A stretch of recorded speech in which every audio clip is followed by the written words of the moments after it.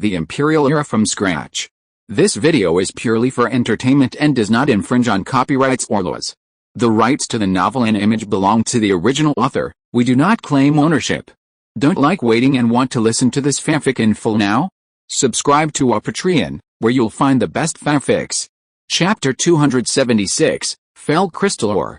He was dragged along to eat meat, but at least he had successfully entered the Orc City without arousing anyone's suspicion. He felt his infiltration had gone smoothly and was full of confidence in the next move. It seems that achieving our planned goal won't be difficult. Millet and Sap seemed unassuming, revealing a wealth of information during their casual conversation. For example, the Orcs originally arrived in the northern plains via the Death Icefield. The so-called Death Icefield is a polar-like region. The Orcs took advantage of the severe winter weather and the expansion of the Death Icefield, connecting their original island home to the Bronia continent.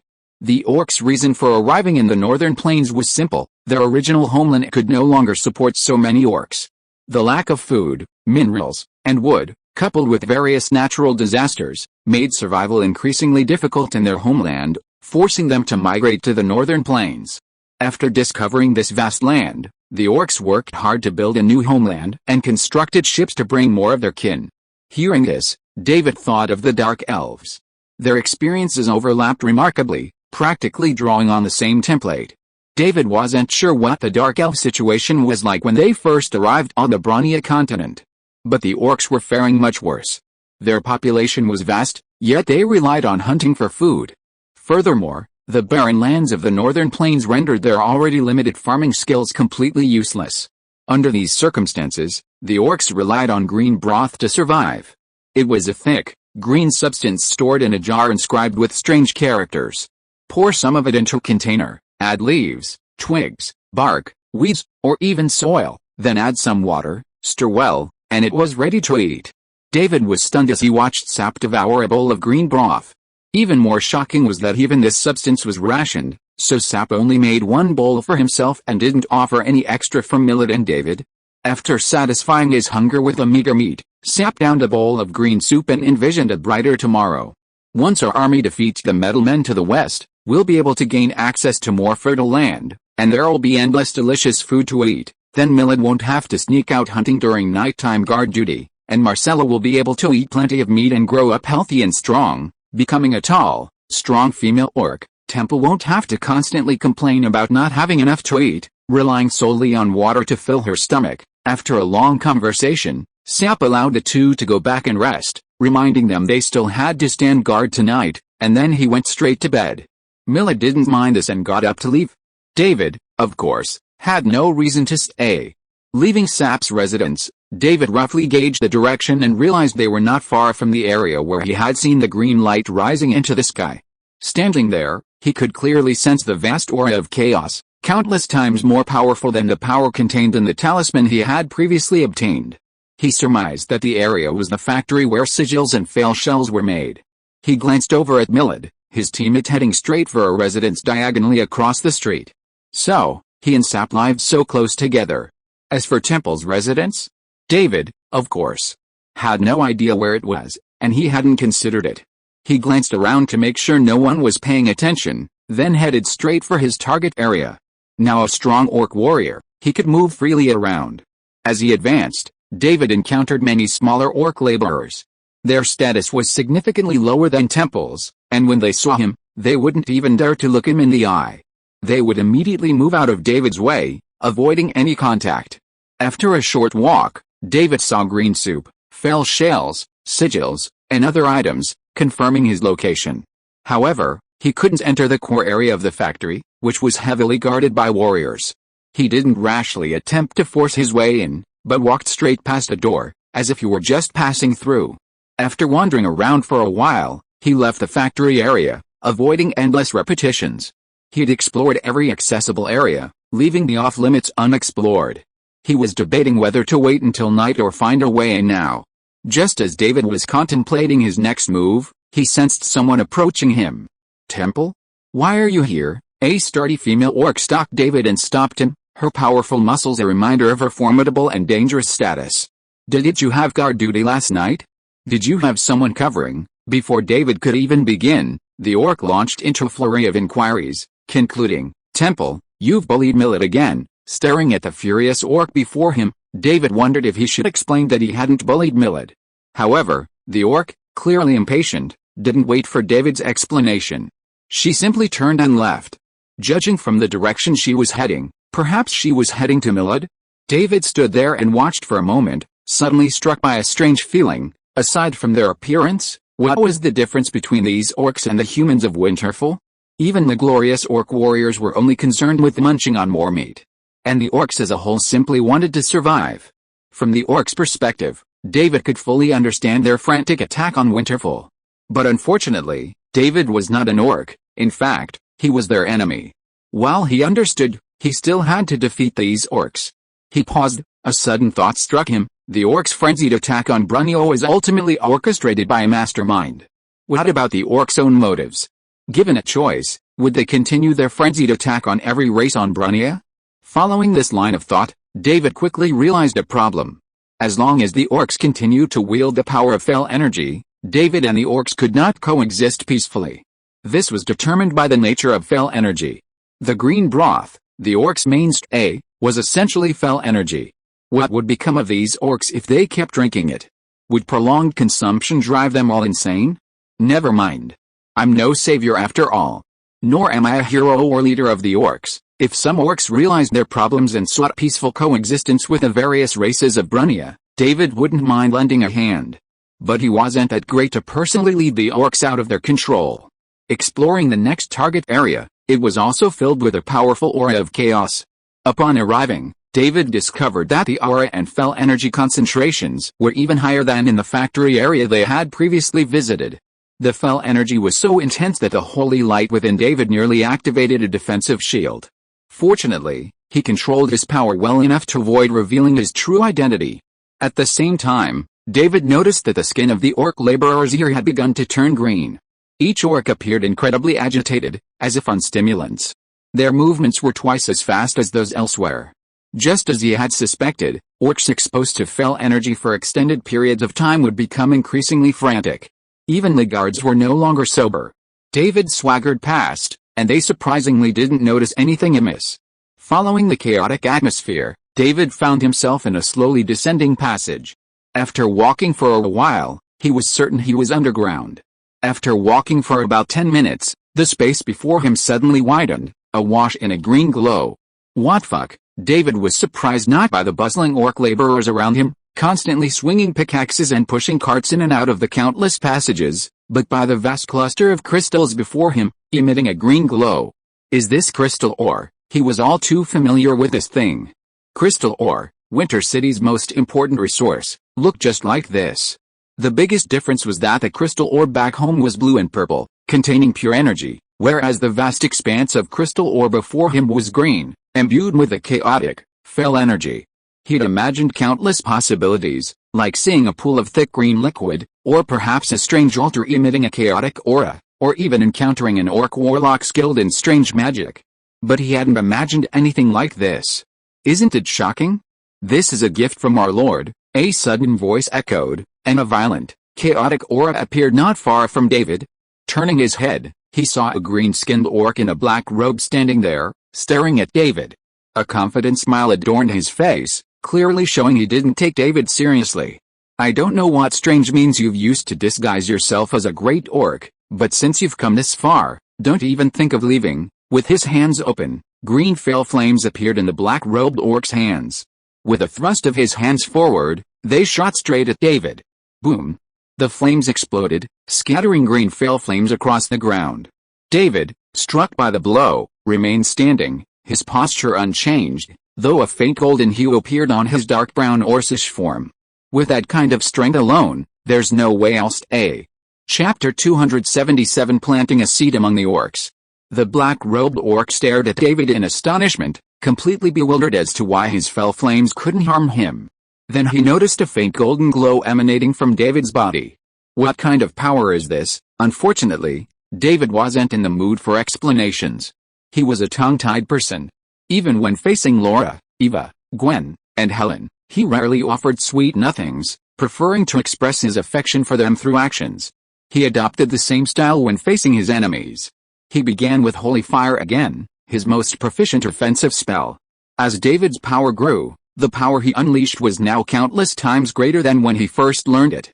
Holy flames, thicker and more condensed than usual, slammed down from the void, engulfing the black-robed orc before he had even a moment to react. Tisk.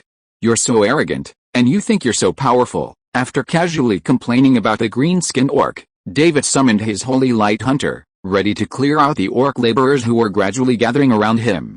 Before he could fire his first shot, he was surprised to see a few wisps of green smoke lingering where the sacred flame had dissipated. These clouds then rapidly penetrated the body of a nearby orc laborer, causing the orc laborer to twist and turn, becoming taller and stronger, his skin turning completely green. Bang! Just as the orc laborer's body thrashed, on the verge of transforming into another person, David pulled the trigger. A bullet, imbued with powerful holy light energy, struck the orc's head accurately, transforming its hideously twisted head into a rotten watermelon. The orc laborer's entire body exploded the moment he died, but instead of spilling blood or body parts, it transformed into a cloud of green smoke. Amidst the drifting smoke, a ferocious orc face seemed to coalesce, roaring furiously at David. Boom! Another burst of holy fire erupted, this one no thicker than the previous one, but far more concentrated. The holy light within it was incredibly concentrated. As it enveloped the green smoke, David heard a shrill scream, followed by silence. Is he dead? Cautiously observing his surroundings, David held the holy hunter in his right hand while his left hand rested on his side, his hearthstone, all was placed there. Whenever things seemed unsettled, David would immediately cast Divine Shield and activate his hearthstone. He surveyed his surroundings, confirming that the green smoke had dissipated and that the surrounding orc laborers hadn't suddenly transformed into ferocious forms. Although they looked as if they were about to pounce on David and tear him apart, he breathed a sigh of relief. These were merely laborers. Even if tainted by fell energy, becoming stronger and more frenzied than ordinary laborers, they posed no threat to David. Just as David was about to unleash his unparalleled power, he spotted a few familiar faces standing across the passage. Temple, what are you doing? It was the female orc they had just met. She was accompanied by Millet and a short, skinny orc girl who looked almost un-orcish. David didn't want to reply. His identity had already been exposed, and he was about to destroy all the nearby fail crystals. At this point, there seemed to be nothing more to say. His original plan was to conduct a stealth reconnaissance, but he had discovered an important target, and to destroy it, exposing his identity was not an unacceptable outcome. He shot the frantic laborer who rushed towards him, then drew his hammer of judgment. With a flick of his left hand, he unleashed the hammer of Avenger. Enshrouded in a vast holy light, the hammer of judgment emanated a golden streak, striking an orc's head with precision. After reducing the first head to pulp, it flew without stopping towards the next laborer. With 4 muffled thuds, the hammer of judgment flew accurately back into David's hand. 5 shots from David emptied the magazine, and the laborers who rushed towards him fell to the ground one after another.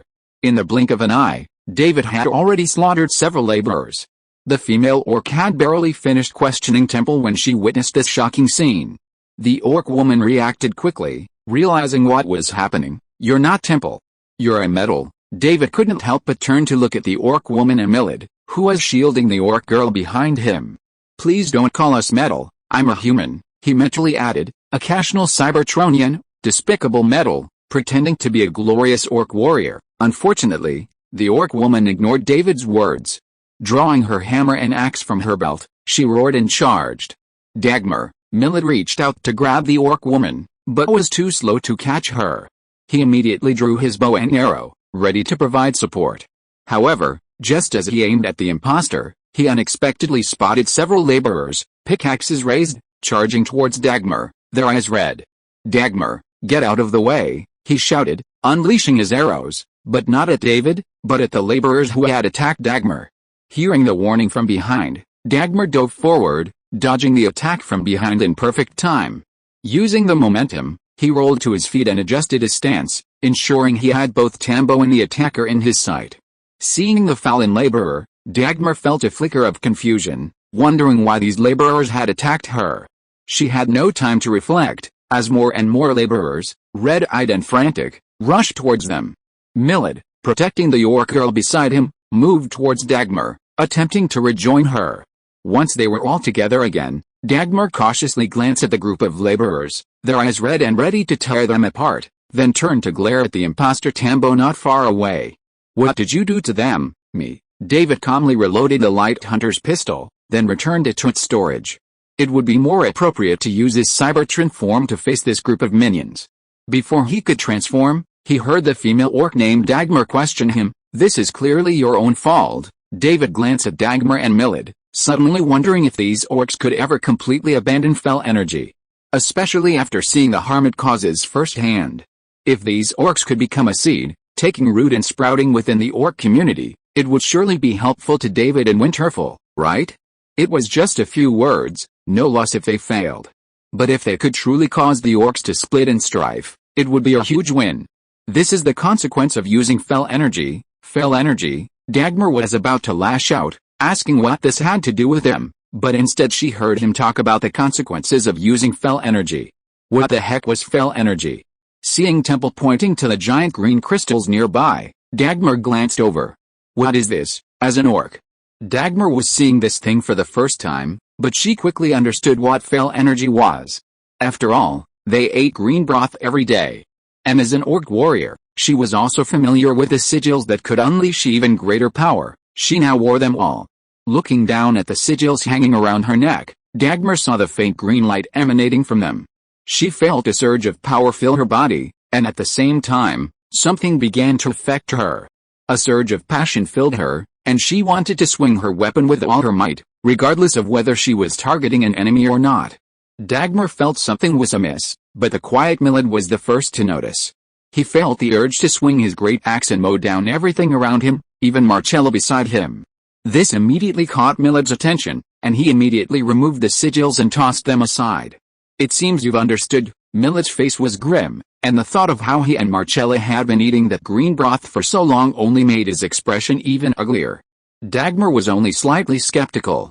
Upon seeing Millid's actions, he immediately ripped the talisman from his neck and flung it away.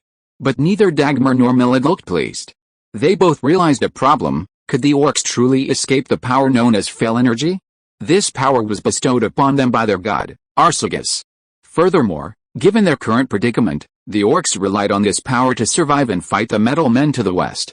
Without it, the orcs would lose food and strength, and only destruction awaited them. Continue using fell energy? Millid would never touch it again, and Dagmar, after glancing at the frantic laborers around them, was unwilling to wield such a terrifying power. The two orcs grappled with this dilemma, but David gave them ample time to think before transforming into Cybertron form and embarking on a killing spree. Gun barrels transformed from the outer edges of his forearms, upgraded weapons after scanning the Piccolo assault rifle. Simultaneously, a Vulcan cannon transformed from his right shoulder, while a missile launcher pod emerged from his left. Showtime, with a sound of bang bang bang bang bang, boom boom boom, David, in his Cybertron form, frantically harvested the lives of the orc laborers. In a matter of seconds, David and the three orcs were the only ones left standing in the massive structure. Next up, this thing, the Vulcan cannon and missile launcher pod retracted, replaced by a strikingly sci-fi-style barrel. It transformed from behind, resting above David's right shoulder and extending straight forward. A vast expanse of holy light continuously poured into the barrel, until the entire barrel was transformed into a mass of holy light. Then, a golden beam of light shot straight towards the green fell crystal. Chapter 278 Six Wings. Compressing and releasing vast amounts of energy is the simplest and most brute force method of attack. However, as long as the energy is strong enough, it's also the most effective attack method. The terrifying holy light bombarded the green crystal, causing a violent reaction with the green fell energy. Strangely, no earth-shattering explosion occurred. David braced himself for the powerful impact, but after a strange noise, only a weak shockwave swept through him, unharmed not only David himself but also the orcs nearby. Something's wrong. This situation seemed odd. David immediately retreated to distance himself from the green fell crystal. Sure enough, the next second, a pillar of green flame shot straight up into the sky from where he stood. This move, it was like the holy fire was being released in reverse, this attack carrying a clear provocation. HMPH, you thought I was going to be killed so easily? The green fell crystal began to emit strange waves, and the once vast crystal began to shrink and transform into a crystal giant. "You know nothing of our Lord's greatness." The crystal giant slowly stood upright, loudly proclaiming his master's greatness as he punched through the ceiling. With his fists swinging back and forth, the underground structure quickly became a vast, open pit. As he created a wide, interactive space for himself, the crystal giant continued to babble endlessly, first with phrases like "Our Lord's supreme glory," and then with phrases like "Our Lord's gift." It all sounded like nonsense, but David still managed to discern some useful information. The connection between the orc god Arsagas and the orcs seemed even closer than that between the dark elves and the goddess of night. The figure who had become a crystal giant was merely a simple priest of Arsagas, charged with guarding the fell crystal mine. If necessary, he could merge with a mine and become a fell giant. Furthermore, there were only 3 priests of Arsagas on the continent of Brunia, including the man before him, Cordeliu. The high priest of Arsagas and many of the common priests remained on Arsagas Island, the orcs' homeland, listening to the god's guidance and buying time for the migration of more orcs to avoid the tragedy of their homeland sinking before the orcs could complete their migration. Off of the blood of the enemy to the great Arsagas, Rory rambled on, oblivious to the information he had leaked. Having completely gained space, Cordeliu swung his massive fist and smashed it towards David. Boom! The fist, imbued with immense fell energy, struck the ground, unleashing a powerful shockwave and pouring green fell energy into the surrounding area, emitting bursts of green light. However, this powerful blow was in vain. Not only did David leap into the air, but even the orcs who had been standing below fled the giant pit while Cordelia was rambling. They didn't know what to do. The sudden flood of information they had learned overwhelmed their minds. Fortunately, none of them were fools. No matter what they were about to do, staying here would be a foolish decision. While the black metal figure was conversing with a massive crystal giant, they had quickly fled the scene, quickly out of harm's way. Even when they encountered orc warriors drawn by the commotion, they simply kept moving forward, not stopping. The orc warriors, fixated on the distant commotion, paid no attention to the seemingly ordinary orcs. Especially after David unleashed his Tomcat fighters, transforming into Cybertronian warriors about 7 meters tall to confront the crystal giant. The orc warriors' only focus was on the distant black metal giant, only slightly shorter than the crystal giant. Enemy attack, shouts and alarms rang out, and this time even the orc warriors stationed outside the city knew something was afoot and rushed in, weapons drawn. However, David paid no attention to the orc soldiers. He simply stared at Cordelia before him. "So, currently, there's only this one fell crystal you fused," the other man rambled on for a long time. And David finally grasped the key point from the pile of information. These fell crystals are the only ones on the Bronia continent. Killing and destroying this fellow would temporarily eliminate most of the fell threat to the continent, because the orcs have already begun to use fell energy, and completely eliminating it would take some time. Cordelia didn't reply, but instead swung his fist at the slightly shorter black metal giant before him. Boom! The punch was blocked, and green fell energy and golden holy light collided violently. The mixed yellow and green shockwave instantly swept across the city, and the orcs who rushed the hardest and closest were directly blown away by the terrifying energy. But that wasn't the worst of it. When the green fell energy went out of control, it would cause various damage to the orcs, and a small number of orcs were also contaminated by the fell energy. But for these orcs, being tainted by fell energy and gaining increased combat power wasn't a good thing. The holy light was still clashing fiercely with the fell energy, and the bodies of the orcs, tainted by the fell energy, immediately became a battlefield for the fierce clash of the two energies. The feeling was far more exhilarating than being blasted to death. This was just the beginning. The crystal giant threw a single punch, which David easily parried. Then came David's counterattack. Swinging punches, hooks, elbows. Leaping lightly, he delivered a powerful elbow strike to the crystal giant's head, sending it plummeting into the pit. War trampled. Devotion. The vast pit was instantly filled with holy light, its golden glow radiating across the city. Because David was primarily targeting the fell energy, the entire city began to be purified of its fell energy. Some orcs, further away and unaffected by the shockwaves of the clash between the two giants, had their accumulated fell energy completely purged in the aftermath of David's attack. Millet and Dagmar had already reached the city gate. The relentless roars and occasional tremors in the distance served as constant reminders of the horrific battle unfolding nearby. Countless shoddy buildings had already collapsed, and with the latest violent tremor, Even the city walls began to crack. Thinking of how she had actually charged at such a monster, Dagmar suddenly felt grateful to the orc laborer who had attacked her, otherwise, she wouldn't even have found her body by now. As she thought this, a sudden, warm breeze blew through her, and she felt something shift within her. Did you feel it? Yes, Millet nodded, looking back into the distance. A black metal giant, illuminated by a golden glow, was frantically trampling a massive green crystal. As if a single-legged war stomp wasn't enough, it suddenly leaped up and unleashed the ultimate stomp with both feet. After a moment of silence, Millet grabbed Marcella and resolutely left the city. As for where he would go in the future, he himself didn't know. War stomp. War trampling. The ultimate trampling. It was impossible to tell how many parts had been shattered, even its size seemed to have shrunk. Most importantly, David's series of exquisitely executed blows had thrown the opponent's consciousness into a state of chaos, its fell energy becoming chaotic and chaotic. Opportunity. He grasped the crystal giant's neck with both hands and lifted it up. Though the opponent was taller than David, after grasping the crystal giant, slowly floated into the air. As David moved, an even more terrifying and immense holy light was mobilized. Not only was David mobilizing all the holy light within himself, but he also resonated with the light of this world. To put it in terms you can understand, welcome the baptism of holy light. The holy light grew increasingly dense, enveloping David and the crystal giant he had grasped. Both were enveloped in a vast column of holy light. At first, the two giants' forms were clearly visible, but slowly, they were completely engulfed by the holy light. The vast column, so vast that it almost enveloped the entire city, truly connected heaven and earth. The pure holy light also excluded all forces outside of the area. The piercing pillar of light persisted for a full minute. By the time it faded slightly, the dazzling afterglow still shone, and countless golden points of light drifted across the area like snowflakes. The entire city was devoid of any trace of fell energy. As for the giant formed from the fell crystal, it had completely vanished under the purification of the holy light. David remained suspended in midair. 3 pairs of golden wings condensed from holy light spread out from behind his black metal body. Besides looking impressive and pretentious, he diligently absorbed the remaining holy light energy in the surrounding space, trying to replenish his nearly drained holy light seed.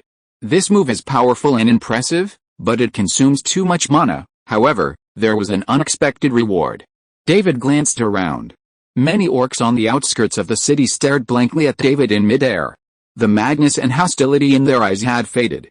After being repeatedly illuminated by the holy light, and being baptized by such a vast and pure holy light at close range, their minds had shifted.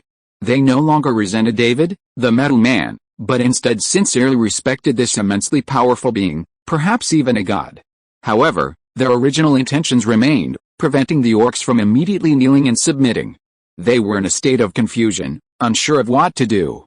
David was considering whether to make a greater effort to subdue the orcs when a faint voice echoed from the void. Is this your choice? A pointless struggle, Brenia. Chapter 279 The Voice in My Heart. Looking up at the sky, there was nothing. There had been a few clouds, but they had long since vanished under the overwhelming impact of the holy light, leaving only a clear blue sky. But David's gaze seemed to pierce through space, and he vaguely seemed to see something. The feeling was strange. He was certain he saw nothing, yet he could clearly see a powerful being, watching over this world. After 2 seconds of trance, the strange feeling completely vanished. David suddenly understood why the being had only spoken a few words and not appeared before him. These so-called gods cannot enter this world at will. He withdrew his gaze from the sky. He could no longer see the being, and the feeling of being watched had completely vanished. They cannot observe the world's affairs as they please. David recalled what he had just heard, suspecting that Brenia might not just be the name of a continent. Judging by the current situation, could Brenia be similar to Azareth? Just as David was pondering his role in this drama, Laura's voice came through his communicator. What happened? We sensed a surge of holy light energy, and we couldn't contact you just now. Nothing. We encountered an enemy, and I've already dealt with them. David turned his head and glanced down. The orcs, stunned by his holy light, had gradually dispersed. Although he hadn't recaptured these orcs, David felt that if Millet and Dagmar could educate their compatriots about the dangers of fell energy, perhaps these orcs could become a new force. Without further consideration, David felt his current condition wasn't good enough, so he simply transformed into a tomcat and flew west at high speed. He didn't use his life-saving teleportation spells or Hearthstone. Although his holy light was nearly depleted, he didn't need to use these items to escape. He also wanted to capture some footage along the way to help the Winter Knights identify more targets, primarily the orcs logging and weapons factories.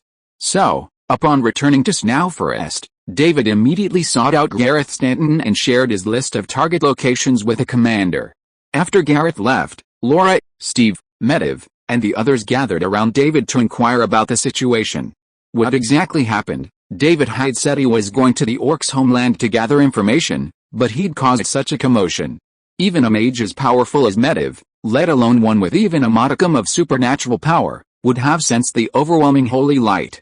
Aren't undercover reconnaissance missions supposed to be cautious and stealthy? What was going on? Had he encountered an enemy? Had his identity been discovered, forcing him to attack? How powerful was the enemy? To have David unleashed such a terrifying holy light? Fearing a crisis, they immediately tried to contact David, but initially, they couldn't reach him. Furthermore, according to Medivh, the energy fluctuations in the area David was in were too intense, making it inappropriate to cast a teleportation spell to summon him back. After a moment's silent waiting, contact was restored and David was confirmed to be alright, and everyone breathed a sigh of relief. When David returned, the group gathered around him, each taking a chair and sitting around him, eagerly awaiting his story. Glancing around, David briefly recounted his experience. It wasn't anything special, except for the surprise when David revealed he'd discovered fel ore. Similar to crystal ore, in the Orcish capital. Everyone was wondering what David had done. You destroyed the fel ore, sort of, Laura keenly grasped the point. You also destroyed a few other things. David spread his hands, implying he hadn't initially given it much thought. But after his battle with the giants transformed from the fel ore, he'd effectively destroyed the Orcish capital. There were no orcs living there now. The more fanatical orcs who lived nearby had been killed in the aftermath of his battle with the fel giants. Those farther away, affected by the holy light, seemed to be drifting away from the Orcish community. Now it was a deserted ruin. I wondered how the commander of the orc army would react upon learning his homeland was gone. Speaking of which, who is the orc leader? Was he currently on the front lines? Or was he on a Segas island? David realized he had forgotten to investigate. In truth, David didn't truly take the orcs seriously. His fundamental reason for investigating was to glimpse the gods behind the orcs, not to find anything worthy of investigation within the orcs themselves. After recounting his experiences, David briefly described those brief, extraordinary moments. Up until then, everyone had simply listened for fun, completely unperturbed. Only now, upon hearing that David had nearly confronted a god, did their expressions grow serious. The information wasn't substantial, but it was incredibly important. By comparison, the battle outside Snowforest Castle seemed less noteworthy. Are you sure those gods can't get in? I'm sure. David had been about to say he wasn't sure, but at the time, he'd only had that feeling. The answer was a bit baffling. After a pause and some calm reflection, David decided he shouldn't have been so optimistic. But after a moment's reflection, the feeling he'd had before, that just explore the orcs' homeland and you'll find crucial information, resurfaced, this time telling him that those gods truly can't enter this world directly. So, when he answered, it was with a firm conviction. Laura looked at David. They had spent the most time together, and Laura, with her inherent observation and analytical prowess, combined with her intimate understanding of David, immediately guessed the truth. That feeling again? Yes, Brenia. David was silent for a few seconds. He'd thought so before, but he felt the reality might be more complex. David had communicated with Azareth during his time there, and the situation was starkly different from the present. Perhaps, as David recounted the various pieces of information he'd gathered, the war between Winterfell and the orcs had officially begun. After completing all preparations, the Spartan heavy infantry from Winterfell, decked out in blizzard power armor, arrived on the plains east of Snowfort. Autobots like Ironhide and Crosshair would join the Spartan heavy infantry in the front lines of the battle, while air units like Lightning and Smash would stand by in the rear, ready to provide support. Despite being equipped with blizzard power armor, the Spartan heavy infantry still advanced slowly in formation. Even when the opposing orcs launched a charge, the Spartan heavy infantry made no attempt to engage them. Jericho missiles. Fire. After estimating the distance, the infantry, equipped with high-powered missile launchers on their armor, began firing missiles into the dense mass of orcs ahead. These soldiers' power armor featured long, box-shaped launchers on their backs, which rose to shoulder height when in use. Each launcher could only hold 2 missiles, requiring coordinated targeting to avoid wasting 2 missiles if they landed too close together. Because of the powerful missiles, the Winterfell army hadn't rushed to develop heavy artillery, tanks, or other weapons. By equipping the Blizzard power armor with the right weaponry, soldiers clad in power armor could accomplish tasks previously performed by heavy artillery and tanks. Furthermore, power armor offers mobility advantages that heavy artillery and armored vehicles lack. For now, David believes that continuing to develop and upgrade the Blizzard power armor is more suitable than developing tanks and other vehicles. Fireworks exploded among the orcs, and the surging waves of orcs instantly thinned. At the forefront, Renaud Magraine raised his 2-handed heavy sword, Free Fire. The soldiers, who had been waiting for half a day, raised their piccolo assault rifles and unleashed a deadly stream of flames upon the orcs. The soldiers on either flank, their power armor equipped with Vulcan cannons, provided a ferocious crossfire for the front, slicing countless orcs into pieces almost as soon as they opened fire. Forward, Raynor still held his heavy sword. The Spartans could hear his orders over the communicator, but they still made a habit of glancing at their commander's position, using the wielding of his sword to determine their next move. Hearing the order to advance, the Spartans advanced with heavy steps. Their assault rifles, initially firing frantically, gradually became bursts of fire. Only when they encountered some of the orcs, their bodies gleaming with green light, would a burst of rapid fire and the frantic explosion of small missiles be heard. Look out! Giant orcs. As they advanced, the Spartan formation gradually became fragmented, and these warnings were intermittent, often accompanied by an orc suddenly growing immensely, and then they would be attacked by Autobots like Crosshair and Ironhide. Raynor gripped his 2-handed heavy sword, scanning the battlefield. His monitor displayed a bird's-eye view. The Spartan heavy infantry icons, though now more scattered, were steadily encroaching on the orc icons. At this rate, the Winter Knights wouldn't even need to be deployed. He and his Spartan heavy infantry could secure victory. This battle was too easy. Chapter 280, Cleaning the Northern Plains. What seemed like a massive battle ended in just half a day. The orc army, battered by the relentless bombardment of the Winterfell army, was completely overwhelmed. Even with the Fel sigils and the ability to grow into giants, they couldn't bridge the vast disparity in weaponry. The orcs' greatest advantage, numbers, was negated by their formidable weaponry. As soon as the orc army gathered in large numbers, Winterfell unleashed a barrage of Jericho missiles. After a deafening explosion, the once formidable orc force was reduced to a sparse, scattered horde, many of them wounded. This situation was already extremely demoralizing, but if it weren't for the existential crisis and the Fel-influenced orcs on the front lines, which had already driven them to a state of madness, this was the only way to prevent a complete collapse. Under normal circumstances, David would have only needed to launch a few missile strikes before the Spartan heavy infantry could move in and clean up the battlefield. Even more frustrating for the orcs was that even when they finally managed to capture a relatively isolated metalman, using their Fel energy to break through its energy shield and finally injure it, seemingly on the verge of a kill, the enemy would suddenly recover and leap back to fight again. Even more incomprehensible to the orcs was the fact that these surrounded metalmen didn't even cry out for help. Yet whenever they were in danger, other metalmen would always arrive. After a long battle, their compatriots continued to die, each one more tragic than the last, yet they couldn't kill a single metalman. Even the orcs, already somewhat frantic under the influence of the Fel energy, finally broke down. The crushing defeat came sooner than David had anticipated. At this point, the Winter Knights were still waiting for the order to attack. Near the Quinjet, a mass-produced Decepticon transformed machine. Combat the orcs. David, after listening to Gareth's report, issued a new order. In the past, he might not have been so eager to exterminate the orcs, simply letting them live in the eastern part of the northern plains. He could have steadily developed Winter City, steadily increasing its population and gradually transforming it into the most advanced and largest metropolis on the Bronnian continent. But now, he no longer considered that. These orcs carried Fel energy and Fel equipment. David had only destroyed the Fel crystals, but the orcs had already produced a large number of Fel sigils and artillery shells. These items left on the northern plains posed a huge threat. Look out for any items tainted with fell energy. Destroy and purify them immediately upon discovery. The factories David had shown Gareth earlier were the Winter Knights' next major targets. Once these factories were destroyed, the orcs would be completely eliminated. I know what to do. Gareth Stanton understood his lord's intention perfectly. He would then order the Winter Knights to attack in Quinjet jets. Their targets would be orc cities and factories, striving to destroy all orc-made goods on the northern plains. The Spartan heavy infantry's mission is ground clearing. They will next conduct a ground cleanup of the northern plains, targeting the scattered orcs roaming the plains.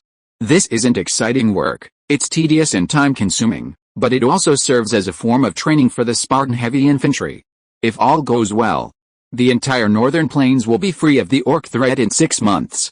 Led the Spartan heavy infantry in this ground-clearing operation to Jack Krauser. Krauser has been in Winterfell for quite some time.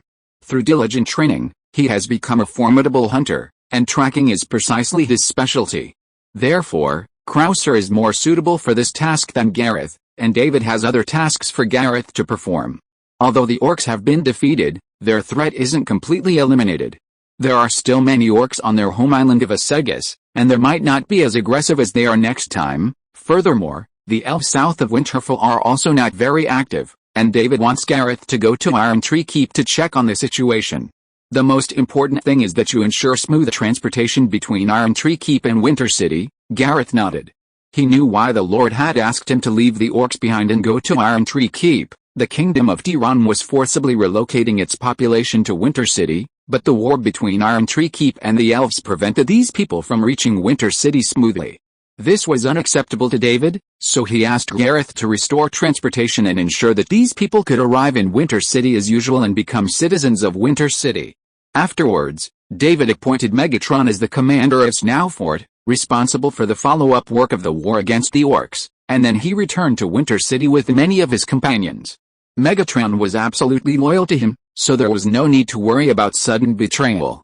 At the same time, David also wanted to take this opportunity to see if the Decepticons would do anything strange when he was not watching nearby.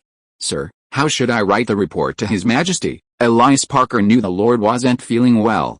Having spent so much time with David, the Lord always appeared energetic. It was the first time Elias had seen him so often close his eyes and rest. Normally, he would have advised the Lord to rest or have an apothecary examine him. However, he knew David's condition was related to the recent battle and wasn't something an apothecary could handle. Watching the fingers of David's right hand twitch as they rested on the table, Elias knew the Lord hadn't missed his words but was instead contemplating them. No report is required. Winter City merely repelled a common orc attack outside Snowforest. Understood, sir, Elias nodded. It seemed the Lord wasn't prepared to share the true situation on the plains north of the capital. As for whether the capital could uncover the true situation through other channels, that was its own business. Elias felt that even if they could thoroughly investigate the details, it would take considerable time. During this period, the Kingdom of Tiran would continue to transfer population to Winter City. This was the fundamental reason David hadn't intended to report his defeat of the orcs. The later the capital learned, the more populated Winter City might become. Sir, why don't you just rest? There's nothing wrong with my body, I've simply consumed too much holy light, David explained casually. He wasn't injured or ill, and rest wasn't the only way to quickly restore his holy light. Thinking about it, he realized there wasn't much important work to do.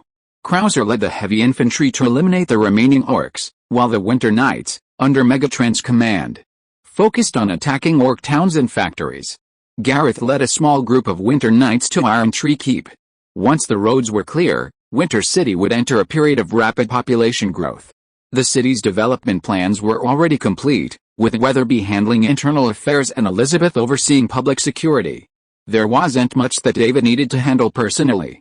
After strolling out of Glamorgan Castle, David decided to pick up his old habit, wandering around his territory when he had nothing else to do, perhaps seeing something interesting. He wasn't planning on driving, but if necessary, he considered taking the public bus from Winterfell to experience the public transportation in his area. Exiting the main gate of Winterfell Keep, David first headed towards the Cathedral of Light across the way. He wanted to see how far Liadrin had developed the cult of the light. While he knew it wouldn't be possible to train a large number of priests immediately, he very much hoped to see a new batch of priests appear in Winterfell this year. With a growing population, the demand for medical care would increase significantly, and Winterfell's primary medical method was the Holy Light. This was a major factor in its rapid recognition, but also a minor concern. It wasn't that David disapproved of the Holy Light, but rather that there were too few people in the Cathedral of Light who could truly wield it, Liedrin and Sally Whitemane. Sally Whitemane was more heavily involved in the military, so relying on Liedrin alone wasn't enough. He was considering whether to have Liedrin return to Azeroth and recruit a group of Holy Light priests. Even if they were just rookies or newbies, they would be enough to handle minor injuries and illnesses. Furthermore, should a proper hospital be built? If so, how would the problem of doctors be addressed? Should doctors be recruited from various worlds? Just as David was contemplating how to establish a medical system, he saw Ethan Hunter walking towards the Cathedral of Light, carrying several bags. He wondered what they held. "Are you delivering something?" Hello. Earl of Glamorgan. Ethan hadn't really wanted to meet David. He wasn't sure how to address the Lord properly, nor was he sure if he should offer formal greetings. "I bought pens, ink, and some small ornaments for Bishop Liedrin." "Oh." David noticed Ethan's slightly awkward reaction and quickly understood why he had almost never approached him. Unlike Steve and the others, who arrived earlier and had more contact with David, Ethan didn't quite understand David's character. Coupled with his status as a noble lord, Ethan, like David back then, was deeply reluctant to interact with the nobles, especially in a medieval world where the gap between nobles and commoners was so wide. "Don't be so reserved. Just call me David." Chapter 281 An Impossible Mission. Although David hadn't personally interacted with Ethan much, he kept a close eye on the ace agent. Ethan's choice of purchasing agent work in Winter City wasn't a big deal. What surprised David was that the agent seemed to enjoy this ordinary lifestyle. "What do you think of Winter City?" "It's a great place." Ethan's words weren't just a polite remark, they came from the heart. He truly loved it, especially because it allowed him to temporarily put aside a secret agent identity and truly relax. "I'm almost saving enough money to buy a house. You can also buy a plot of land for living and then have craftsmen build a house for you based on your preferences and needs." Winter City's infrastructure was extensive from the beginning, with plenty of land reserved for housing. Even with the construction of so many new houses to accommodate the influx of new residents, some land remained vacant and unused. If Ethan wasn't satisfied with the layout of the existing houses in Winter City, he could design one himself. The artisans would be happy to accommodate Ethan's request. Besides earning a living from such work, they were also curious about new designs. If Ethan presented advanced design, some might be willing to offer him a discount. "Actually, I've already picked a house. The current houses in Winter City are all fantastic." Ethan felt that Winter City's authentic medieval architecture was the best choice. He thought it would be strange to build a modern, luxurious villa in such a city. Furthermore, Winter City's infrastructure was well developed. These houses only looked rustic and lived in just like modern homes. You could just buy a ready-made house and move in right away. After the two chatted for a while, David naturally turned the topic to Ethan's work. It wasn't a purchasing agent job in Winter City, but his job in his own world. Ethan didn't intend to keep his situation secret. After spending some time in Winter City, he had come to know many people from other worlds, like himself, with various mysterious identities. Captain America, Iron Man, the Transformers, the former colonial governor of the British Empire, the Ranger General of the High Elf Kingdom, the list goes on. His identity as a secret agent pales in comparison. Furthermore, he didn't think he could truly conceal his true profession. He believed the Lord had already thoroughly investigated his situation. While in Winterfell, he occasionally sensed someone observing him. "Does the Earl need my help with something?" "Not yet." David didn't pretend to need Ethan's contribution. Playing tricks with someone like Ethan was pointless. It was better to be honest and direct, perhaps even letting his guard down faster.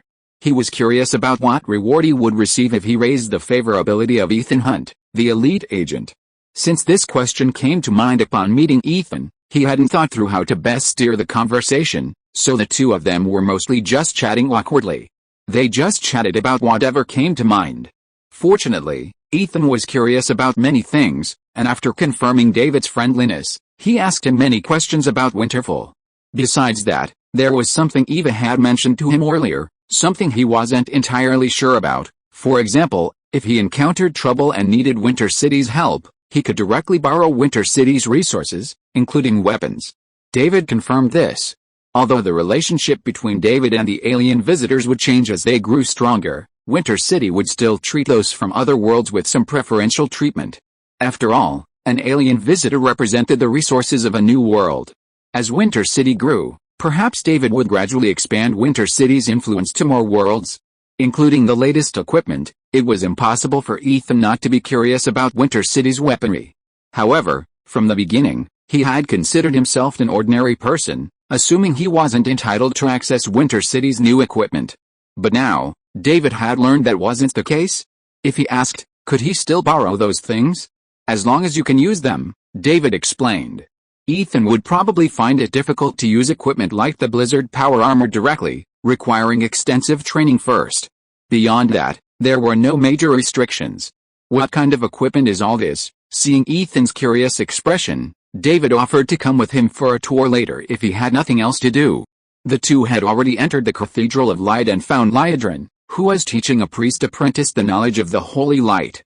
Ethan handed the purchased goods to Liadrin, collected his fee, and then watched David and the High Elf Bishop of the Light discuss the affairs of the Holy Light priesthood. He didn't interrupt, simply listening quietly for a moment. He realized that Winterfell was about to welcome a large number of new residents, and Lord David of Glamorgan was concerned about the medical needs of the territory. It's definitely too late to train them in Winterfell alone. I'll go back to Azeroth in a few days. Liadrin didn't hesitate for long. As a true priest of the Holy Light, she knew the time it took to train a qualified novice priest. Even if the current batch of apprentices were talented, it would be impossible to train them all to become true priests in just a few months. So far, the best performing apprentices are the two foreign students, Mordo and Caecilius. The rest are still far from truly mastering the Holy Light. Therefore, the most reliable solution is to return to Azeroth and recruit a group of Holy Light priests to reside in Winterfell. It's probably difficult to recruit priests within Lordaeron, David warned. Lordaeron is in ruins, and much of its land is contaminated by the Scourge. They themselves believe they don't have enough priests, so they certainly won't be recruited by Liadrin. You might consider visiting Stormwind, perhaps not. There are many Holy Light believers in Quel'Thalas who admire you. If it weren't for protecting her homeland, Liadrin felt she could easily round up all the Holy Light believers in Quel'Thalas and bring them all to Winterfell.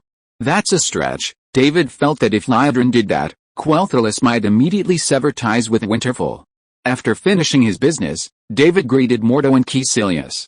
He noticed that the two Kamartaj mages were even more respectful to him than before, which puzzled him. He hadn't seen them much since his arrival in Winterfell. Could it be that Liadrin had taught them some strange knowledge? After leaving the Cathedral of Light, David took Ethan back to Castle Glamorgan, where he demonstrated Winterfell's main weaponry. The Ironforge version of the Garen rifle hadn't been completely retired. Floyd suggested that it could be used to train new recruits. Perfect for familiarizing them with firearms, as new recruits struggle to master the Piccolo assault rifle. Therefore, the Garand rifle, which should have been phased out, remained in active service, though it was no longer the main force's weapon. Ethan fired a few shots, finding the recoil and power of the Garand rifle to be both significant, and even without the use of powerful ammunition, it was still incredibly powerful. He was particularly fond of the pistol called the Piano. Its massive capacity of 100 rounds per magazine was truly enticing. David then took Ethan to the Winter Alchemy workshop, where they looked at more equipment and props. A storage bracelet with a cubic meter of internal space, multifunctional glasses with night vision, telescope, photography, lock-on capabilities, and glare protection, a holographic mask, a film covering the face that can project any face, a small computer for hacking into electronic devices at any time, and also for armor. Besides the storage bracelet, items like the multifunctional glasses and holographic mask had only recently begun mass production, and only in small batches. This equipment would primarily be provided to Edwin Van Cleef's intelligence department, allowing his agents to better conceal themselves and gather information. Additionally, there were small bombs and flash grenades fashioned like buttons and accessories, all valuable items for intelligence personnel. Ethan's eyes widened, and he wished he could pack up all the equipment before him. He believed that with his strength and courage, and equipped with all this equipment, there was no mission he couldn't accomplish. Even invading CIA headquarters wouldn't be too difficult. He wondered if his earlier colleague had already enjoyed all the perks of Winter City. Just as he was thinking this, David's communicator suddenly chimed. It was James Norrington looking for him. While David usually carried his communicator with him, unless it was an emergency, everyone would come to Castle Glamorgan to find David. If they couldn't find him, they would contact Eva to find out what David was. Unless it was a critical matter, only Tony would use the communicator to contact him. James Norrington would never do so. So when David realized it was James Norrington contacting him, his first thought was that something had happened at Winter River. "What happened, sir? You may need to come to the docks in person," James Norrington said, getting straight to the point. "We've rescued a man at the military docks. He may be a special individual." Chapter 282 Hood. Upon receiving Norrington's notification, David quickly arrived at the military dock, specifically summoning Eva. The reason for summoning Eva wasn't any particular reason, but rather the woman Norrington had pulled from the Winter River during training. When David saw her, a strange expression crossed his face. He now understood why Norrington had summoned him. He could tell from her clothing that she wasn't native to this world. Furthermore, her attire clearly displayed elements of British symbolism. But that alone wouldn't have warranted summoning David. He could have personally guided her to Castle Glamorgan. If David couldn't find her, Eva could have provided some basic knowledge. However, the woman's condition was uncertain, leaving Norrington completely unsure what to do. He informed the Lord and asked David to personally handle the matter. "How's she?" Eva observed the tall, golden-haired woman in a blue dress and black stockings. The shawl she wore was clearly emblazoned with a Union Jack, suggesting this young woman was her fellow countryman. The fellow countryman didn't look well, her clothes torn in many places, making her look rather disheveled. While there were no visible wounds or bloodstains, there was little sign of life. "She's still alive," David, with a single glance, made an accurate assessment and waved his hand, releasing a beam of holy light. While the previous battle had drained much of his holy light, the passage of time had restored some of it. While he couldn't unleash his powerful attacks, he could still use ordinary healing spells. As David's holy light enveloped the blonde woman's body, a healthy flush appeared on her pale complexion, and she began to breathe more clearly. Take her back to Castle Glamorgan for care. Eva didn't know what world this woman came from, but the fact she was a fellow countryman made her instinctively want to take care of her. "Let's do it." With David's permission, Eva lifted the blonde woman horizontally. For Eva now, carrying an ordinary woman was no big deal.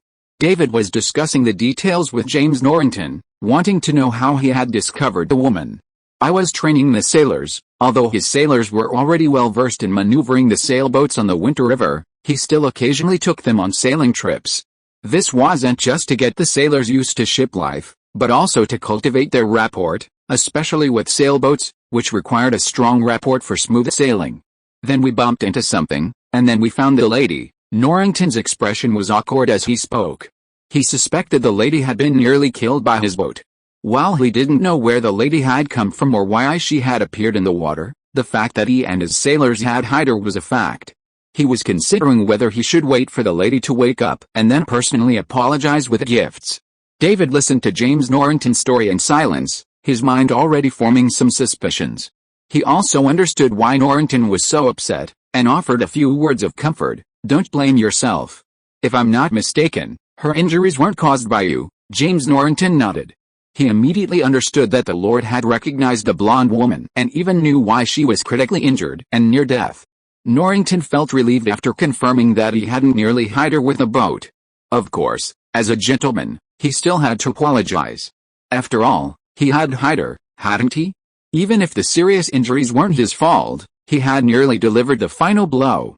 Just as James Norrington was pondering what gift to buy, David instructed him again, "Pay close attention to the Winter River, sir." "You mean, I'm not sure if something like this will happen again." He suspected that Squirtle had appeared in the river, which was why he hadn't noticed.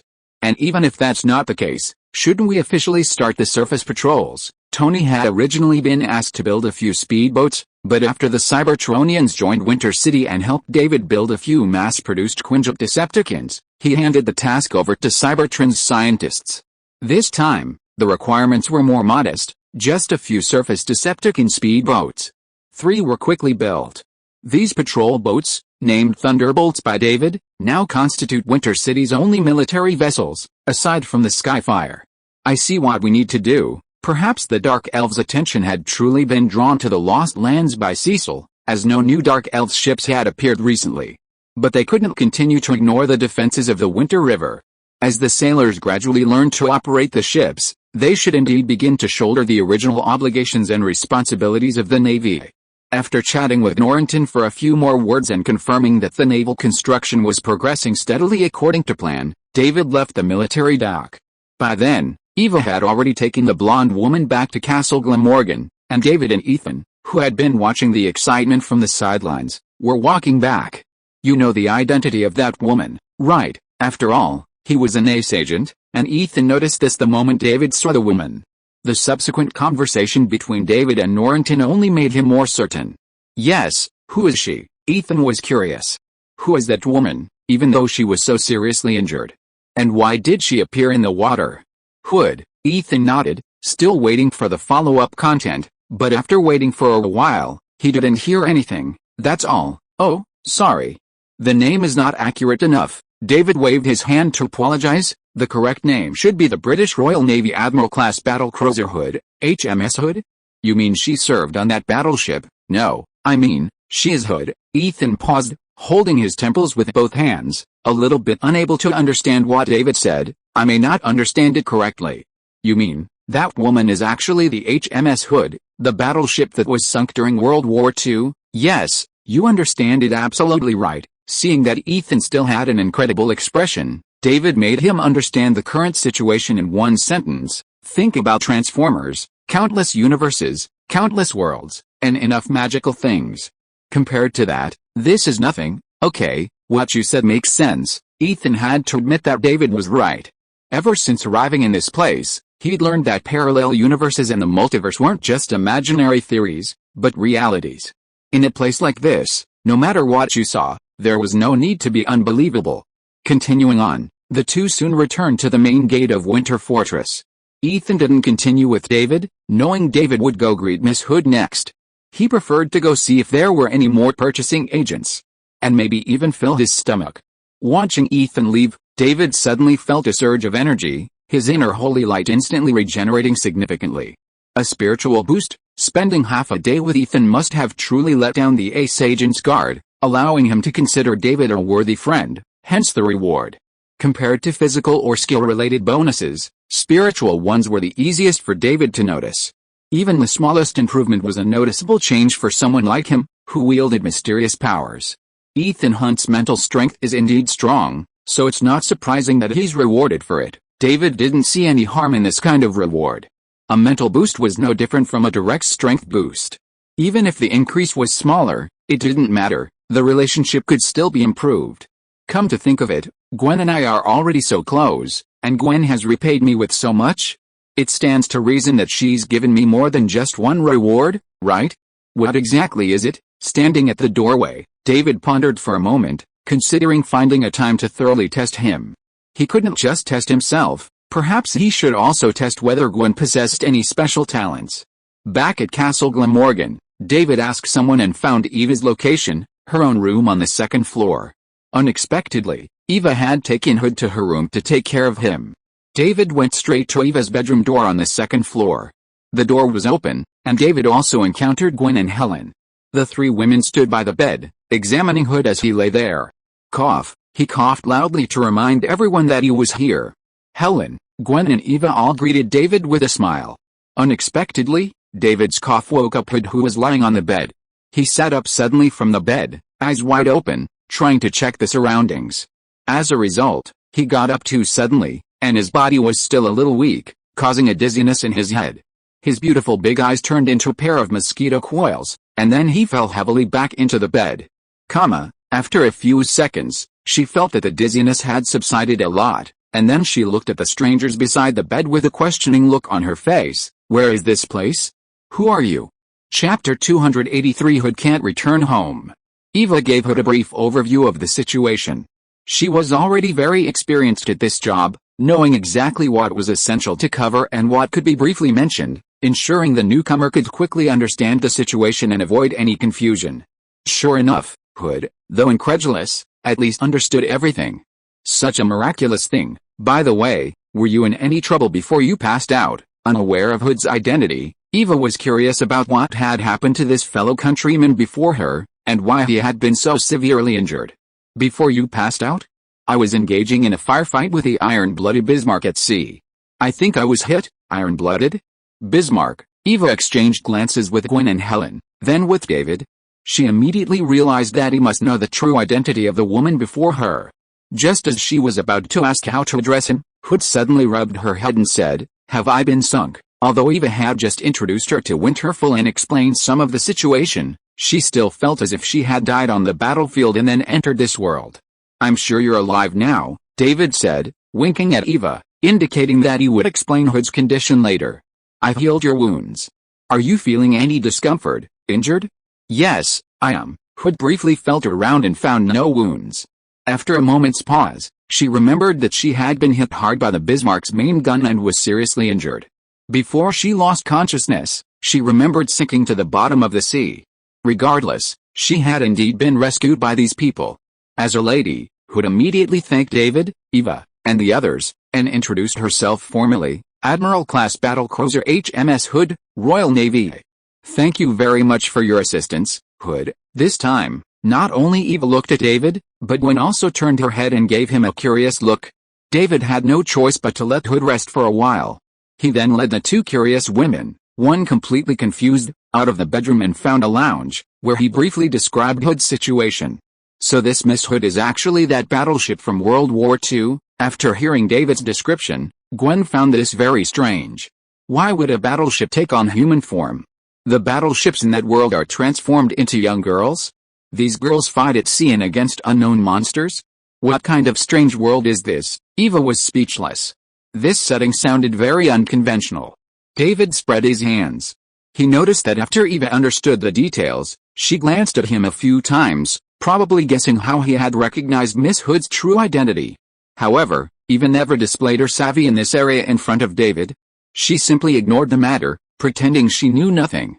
Another question, however, stumped Eva. Was this Miss Hood a fellow villager? Furthermore, was Miss Hood a human? Or a ship? After asking this question, the other two women stared at David curiously, but David threw up his hands, saying he had no idea.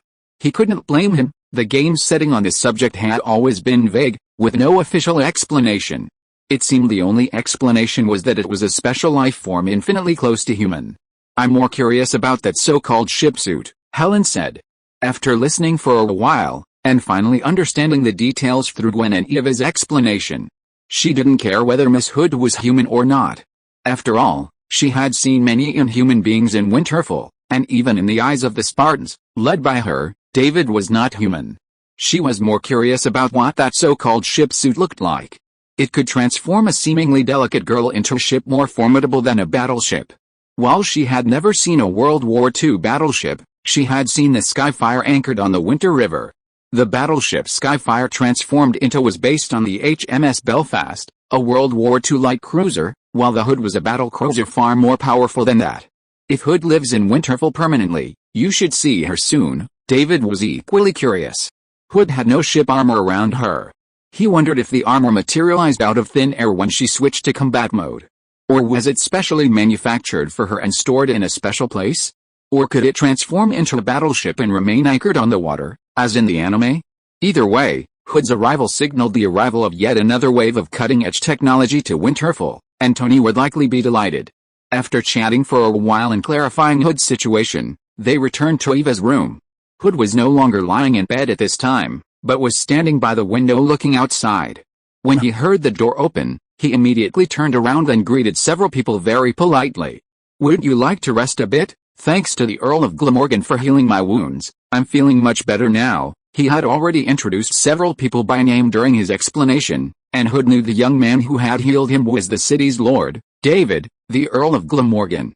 "If possible, I'd like to go back and tell my companions I am safe." "Oh, of course." Only Eva asked again, "Why don't you change clothes first?" "Well, we've already received so much help, so there's no need to bother with such a small matter, right?" "No, it's not a big deal." Eva looked at Miss Hood. Although she was about the same height as herself, she looked thin and should be able to wear her clothes. "I'll accompany you out of Glamorgan Castle later." "That's a big thank you." David, noticing Hood's slightly reserved expression, didn't interrupt the women's conversation and simply left for his office.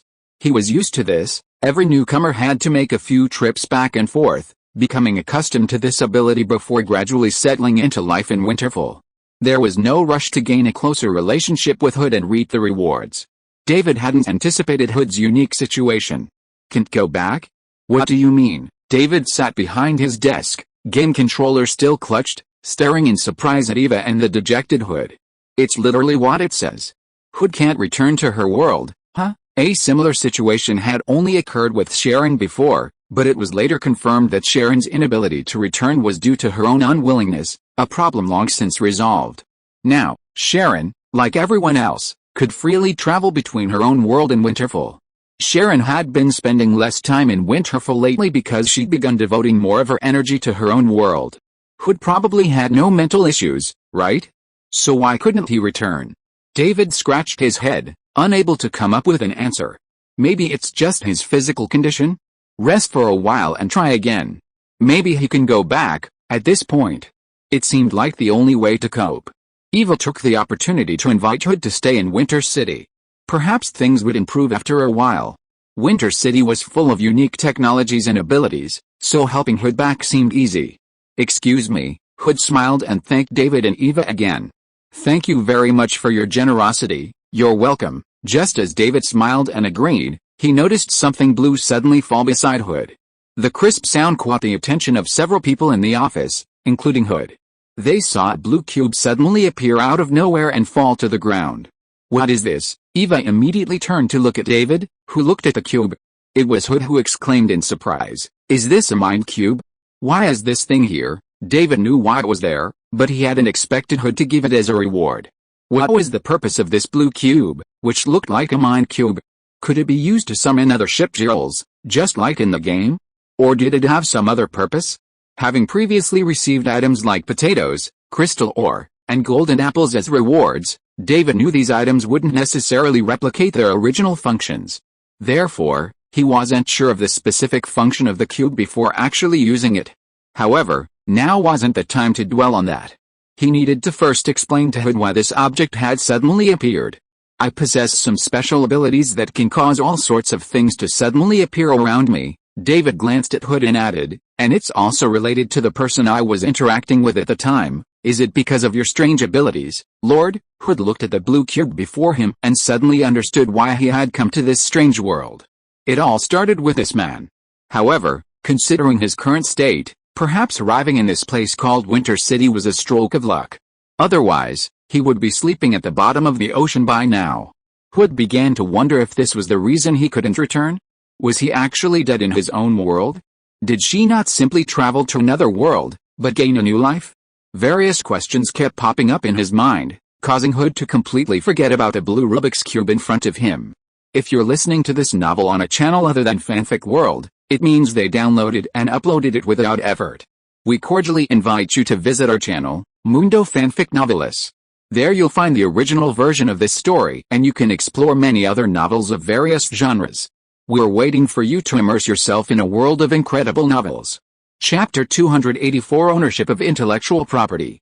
By the time Hood came to his senses, David was already holding the blue cube, examining it closely.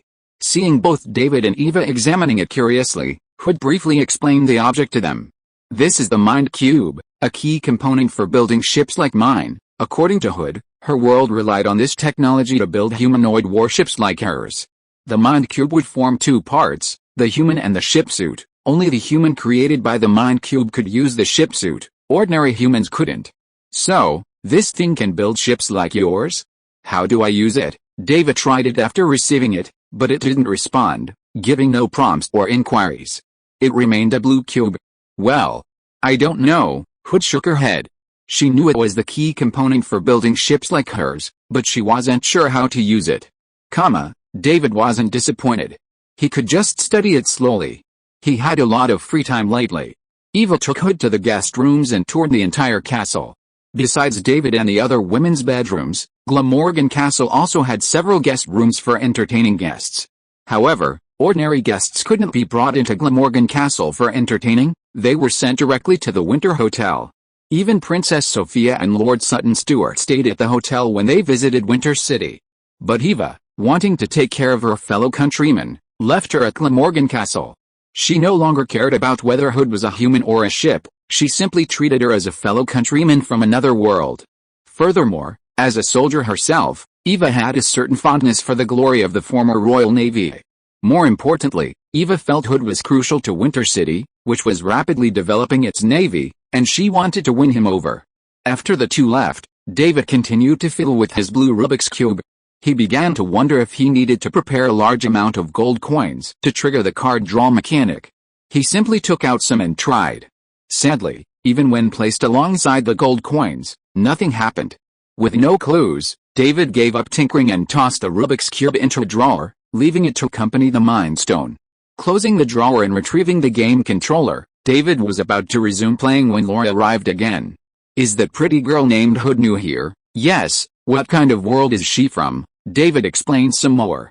Laura and Eva had similar reactions, though Eva feigned ignorance, while Laura simply quipped, "Sounds like some weird game, it's just a simple card game with anthropomorphic weapons."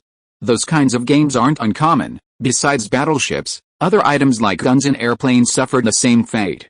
Even those who hadn't played such games would have come across some information about them. Hood's arrival might help Winter City's navy become combat-ready more quickly. Not so optimistic, Laura thought that if David could cultivate a good relationship with Hood, he could, through her, recruit a fleet of warships from her world to Winter City. This would significantly boost Winter City's naval strength, eliminating the need to worry about enemy naval invasions. The special features of these human-shaped warships would even boost the Winter City's ground forces. These warships could operate on land. While they weren't as agile on land as on water, as long as they could fire their cannons, they were a formidable force. They were battleship main guns. And a salvo from several of them could do incredible damage. However, David explained that Hood, for some unknown reason, couldn't return to her own world, seemingly trapped in Winter City. "Is that so?" Laura shook her head regretfully, feeling a bit disappointed. "What a shame. I thought there was a chance to establish a Royal Navy in Winter City." She'd almost forgotten that this person was from the same hometown as Hood. "Even if we can't recruit more ships, Hood is still a rare talent, right?" "Oh, although James has diligently studied modern naval warfare, he still lacks practical experience." James Norrington lived in the age of sailing ships. Even though he's crammed in enough knowledge, he still lacks practical experience with modern warships and naval warfare. In comparison, Hood has more modern combat experience, such as radar, anti-submarine warfare, air defense, and beyond visual range warfare. She not only understands but also has practical experience. Hood staying in Winterfell will definitely speed up your naval development. Laura was still analyzing this seriously, but her next sentence suddenly veered off. "What's more, she's such a beautiful girl." David looked at Laura speechlessly, knowing there must be more to it. Sure enough, the next thing he heard was Laura ask, "Did you collect the Hood in the collection game?" "The Hood is so easy to get in that game, practically free." Oh, Laura's eyes flashed, and she changed the question, "Which warship do you particularly like?" Maybe there's a chance to actually collect it, although the Hood couldn't be brought back now. Perhaps that problem could be solved in the future? "I like every warship I can draw or get." David raised an eyebrow, casually answering Laura's question. He wouldn't tell Laura that the Hood was one of the warships he'd pledged to. After a while of idle chatter, Laura finally got down to business with David. "Winter City's population is growing." "Yes." "Will more people be coming to Winter City in the coming period?" "Yes." "Have you considered the food problem?" David had, of course. Currently, Winter City's food reserves were sufficient, but if the population increased rapidly, it was hard to say whether there would be a shortage. "Should we stockpile some food in advance?" "Winter City has a food reserve. We don't need to buy more until this one is exhausted. Furthermore, the weather is getting warmer, and the New Year's farming season is about to begin. Given the fertility of Winter City's soil, by the time Winter City's population increases significantly, the first crop of the year will have been harvested. Meat, by comparison, is the real concern. Previously, Winter City's population was small, and a small-scale operation of cattle, sheep, chickens, and ducks ensured the city's meat and egg supply. But with the population increasing, this production will undoubtedly be insufficient. We need to open a chicken farm and livestock ranch." David glanced at Laura, remembering the joke he'd made with her. "Do you want to invest in a chicken farm?" Sure, Laura hadn't shown any interest at first, but now she seemed so enthusiastic, which surprised David. Weren't you not interested back then? It was different then. What do you mean? Laura sat down on the desk facing David and gently kicked his leg. Back then, I just felt happy being with you, and there were a lot of new things in this world, so I was willing to stay here. But I wasn't sure I would stay forever. David blinked. This was easy to understand, and Laura's thoughts at the time were also normal. Young men and women get together when they're attracted to each other, and break up when they don't. It's not hard to understand. But on closer inspection, this sentence revealed another meaning. Laura's thoughts have changed. Does this mean she wants to stay here long term, or even permanently? Are you sure now? Laura kicked David speechlessly. It's all because of you. After being tormented by all those weird tricks of yours, how could I find someone else? Hey, can you say it the other way around? Weren't those weird tricks all proposed by you first? David had an expression as if he had suffered an injustice throughout the ages. He even waved his hand and sprinkled holy light to pretend to be June flying snow. After being with you, I have learned a lot of weird knowledge. Obviously you have also put forward a lot of weird suggestions. The two people had a series of debates on the ownership of some intellectual property rights. As the two kept showing various extreme drifting skills, even Helen, who came in to serve David tea, was dumbfounded and even felt a little overwhelmed, so she ran away in a hurry. Gwen, who wanted to find David to pester her, only listened for a short while, and the whole person had a tendency to turn into hot pepper, and retreated neatly. Only today did the two realize how exaggerated David's playful behavior with Laura was. They realized David was usually very gentle with them. If he'd treated them the way he treated Laura, they might have been dead. Meanwhile, they stopped Princess Sophia, who had come looking for David. They couldn't let the little princess in right now, as it would scare the Princess of Tiran. What's wrong?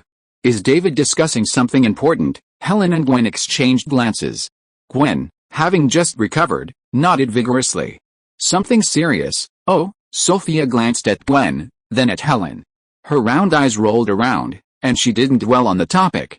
Instead, she asked about who they just met. Where is Miss Hood from? Is she new to Winterfell? She's from Eva's hometown. Princess Sophia actually wanted to know where Hood came from. She didn't seem to understand the Bronian language. This puzzled her. Were there humans on the continent who didn't understand the Bronian language? You know, the full name of Bronian Common is Bronian Human Common. Is it from another world? Or is that Miss Hood not human? Chapter 285, It's easier to fish in troubled waters. The sun was shining, and spring was in full bloom. The temperature had indeed risen much earlier this year than usual. David, standing on the rooftop of Castle Glamorgan, surveyed the surroundings. Not only had the winter forest to the north turned green, but the meadows to the east were also showing signs of vibrant green. Farmers were already busy in the fields, and buses were crisscrossing the city, carrying workers to their workplaces. After walking around the rooftops and taking a quick look at his territory, David noticed someone on the rooftop. Good morning, Miss Hood. Good morning, Your Majesty. Just call me David, that's proper etiquette, Your Majesty. In the morning sun, Hood's brilliant golden hair was tied in turban and draped over her right shoulder. David wanted to complain about Hood's hairstyle, but he held it back. How's living in Winterfell? Is there anything you're not used to? No, it's beautiful here, and everyone's been very kind to me. Hood had been living in Winterfell for a while and had begun to adapt to life there. She had already learned the common tongue of Brunia, and Laura and Eva often chatted with her, which helped her master the new language even faster. Now, she could speak it fluently and without an accent. It's just that I'm embarrassed to have you all take care of me like this all the time. Hood felt that her injuries had long since healed, and after so many days of rest, her body was gradually returning to its best condition. She felt so embarrassed to just eat and drink like this all the time. She had come to the rooftop today to ask David if there was any suitable work for her in Winter City. You want to find something? Yes, what do you want to do? It was a very ordinary question, but it actually stumped Hood. What do you want to do? From the day she was born, Hood had never considered this question. Because she was a warship, and from the moment she was born, her innate mission was to sail the sea and fight the enemy. Beyond that, she had never thought about what she could do, nor did she know what she could do. If David hadn't asked her, she wouldn't even have considered it. In a way, dying in war is the best fate for people like them. Otherwise, What would become of them after the war? Well, I only know how to fight. David glanced at Hood, who looked bewildered, and simply led him to the west side of the rooftop. He gazed at the vast river not far away and began to explain. That's the Winter River. Hood knew this. It was in that river that she had been rescued. The vast expanse reminded her of the ocean where she could freely swim. This river leads directly to the sea. David explained the Winter River to Hood. The upstream part was self-explanatory, but the downstream part, which led directly to the sea, made Hood realize something. Winter City can use this river to reach the ocean and reach another country.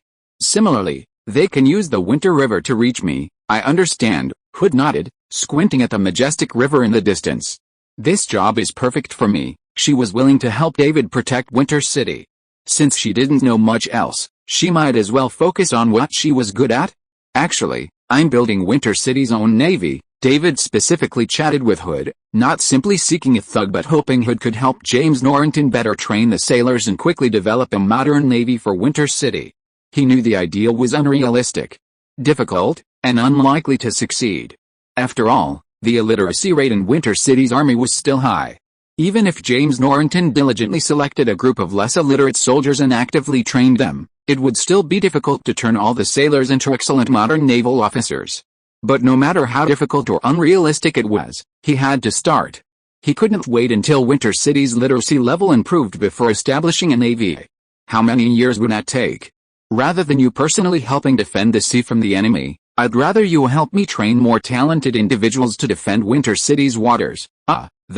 Hood realized David wanted her to help him train excellent sailors, but she wasn't sure if she could do it, and she was too embarrassed to refuse outright. I'll give it a try, don't worry, there's no one in all of Winter City who can do it better than you. Hood didn't know David was telling the truth, and thought he was simply comforting and encouraging her. Your Excellency, you are such a gentle man. The other party seemed to have misunderstood something, but David didn't explain.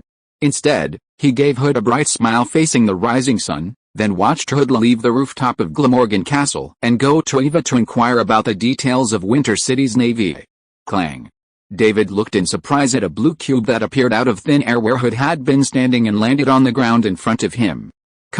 Bending down to pick up the cube, he looked at the blue cube and wondered if this meant Hood's favorability towards him had increased again. Does it mean that every time Hood's favor grows, he'll give him a Rubik's Cube? But what exactly is this thing good for? Can't you just give me an instruction manual? Speechlessly, David tossed the Rubik's Cube up and down, then simply went to the rooftop to study it again. It wasn't until almost noon that David left the rooftop and went downstairs to the office to listen to Megatron's report via the comm. Since the plan for the Northern Plains cleanup was established, Megatron has been commanding the work from Snowfort. According to Megatron's report, the Spartan heavy infantry is steadily clearing the orcs in the area east of Snowfort, and the Winter Knights have successively destroyed several orc villages, towns, and factories. At this rate, it won't be long before the orcs of the Northern Plains are completely scattered. My lord, should we withdraw our forces appropriately to give the orcs a chance to regroup? Megatron meant to withdraw Winterfell's troops, tricking the orcs into thinking Winterfell will no longer pursue them, allowing them to regroup. Then, Winterfell only needs to seize the opportunity to eliminate the orc problem once and for all. No, this is a good opportunity to train the troops properly. Keeping the Spartan heavy infantry locked up in the barracks wasn't a good idea. Sending them out to fight a few battles would give these rookie recruits some experience. Furthermore, these long, tedious missions would sharpen the soldiers' mental fortitude and foster a stronger rapport between commander and soldier. Having scattered orcs outside would also give the Decepticons more opportunities to strike, effectively reducing the chances of them causing trouble after being cooped up at home for too long. That's it. Once all the orc villages and towns are completely destroyed and there are no more large gatherings of orcs in the east, you can return to Winterfell. Okay, Megatron obeyed David's orders unconditionally. Judging by recent developments, Megatron had effectively controlled the Decepticons, who had indeed begun to integrate into Winterfell without causing any problems. Initially, David had been unsure whether accepting the Decepticons as residents of Winterfell was a good idea or a bad idea. Now that everything was moving in a positive direction, he could finally breathe a sigh of relief. He then contacted Gareth Stanton, the commander of the Winter Knights, who had been dispatched to Iron Tree Keep. Sir, how's the situation there? Not bad, But the fighting at Iron Tree Keep is much more intense than expected, Gareth reported, transmitting some footage. David played the footage directly, and a remarkably realistic holographic image appeared on his desk. At a glance, David recognized the fortress as the defensive fort northwest of Iron Tree Keep. Countless Iron Tree Keep human soldiers and elves were engaged in a chaotic battle. The most conspicuous feature on the battlefield were the giant trees on the elven side, seemingly either living creatures or plants.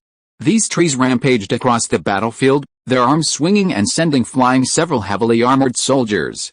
This was the key factor in the elves' advantage despite being outnumbered and outgunned. However, these trees were few in number, and the Iron Tree Keep's human soldiers and knights were not completely unable to deal with them. Therefore, the humans were only slightly disadvantaged, and victory for the elves was not easy. Even so, the specter of war loomed over Iron Tree Keep. While the nobles in the inner city remained relatively unscathed, the civilians in the outer city were already beginning to panic. Their fears were not unfounded, as the elves had indeed breached the outer defenses and attacked the outer city, but their follow-up forces were insufficient, and they ultimately retreated back into the Ironwood Forest. Now, it's not just the forcibly relocated people who want to leave Iron Tree Keep as quickly as possible. Many of the local civilians are also eager to leave. The only problem was that these people feared an elf attack on Winterfell, so they were afraid to head north, as that would require a long walk through the Ironwood Forest. I'll have Optimus Prime take a team of Autobots and Spartan heavy infantry to provide protection. David hadn't expected such a good thing to happen.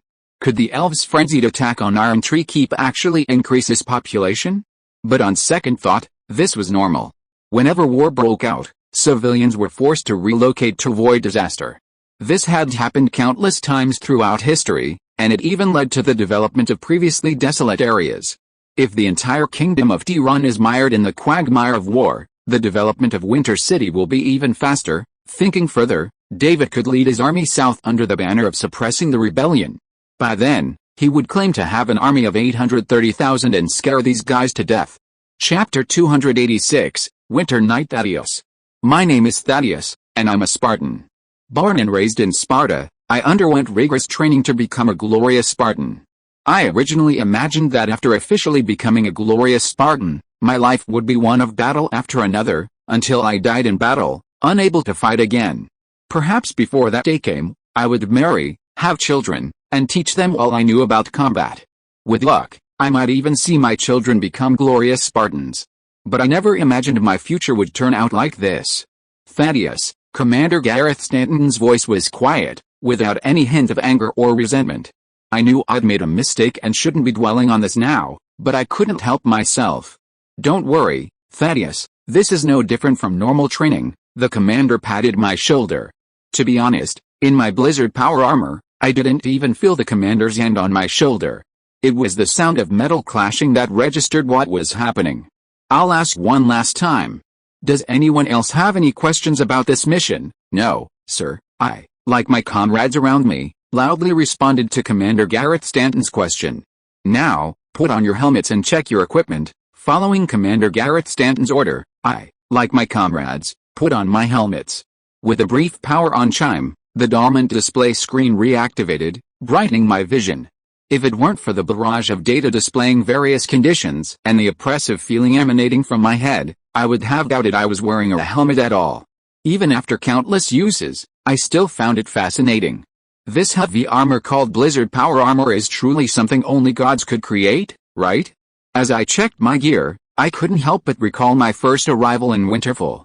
Back then, I knew nothing, simply overjoyed to have been chosen by His Majesty the King as one of the best warriors.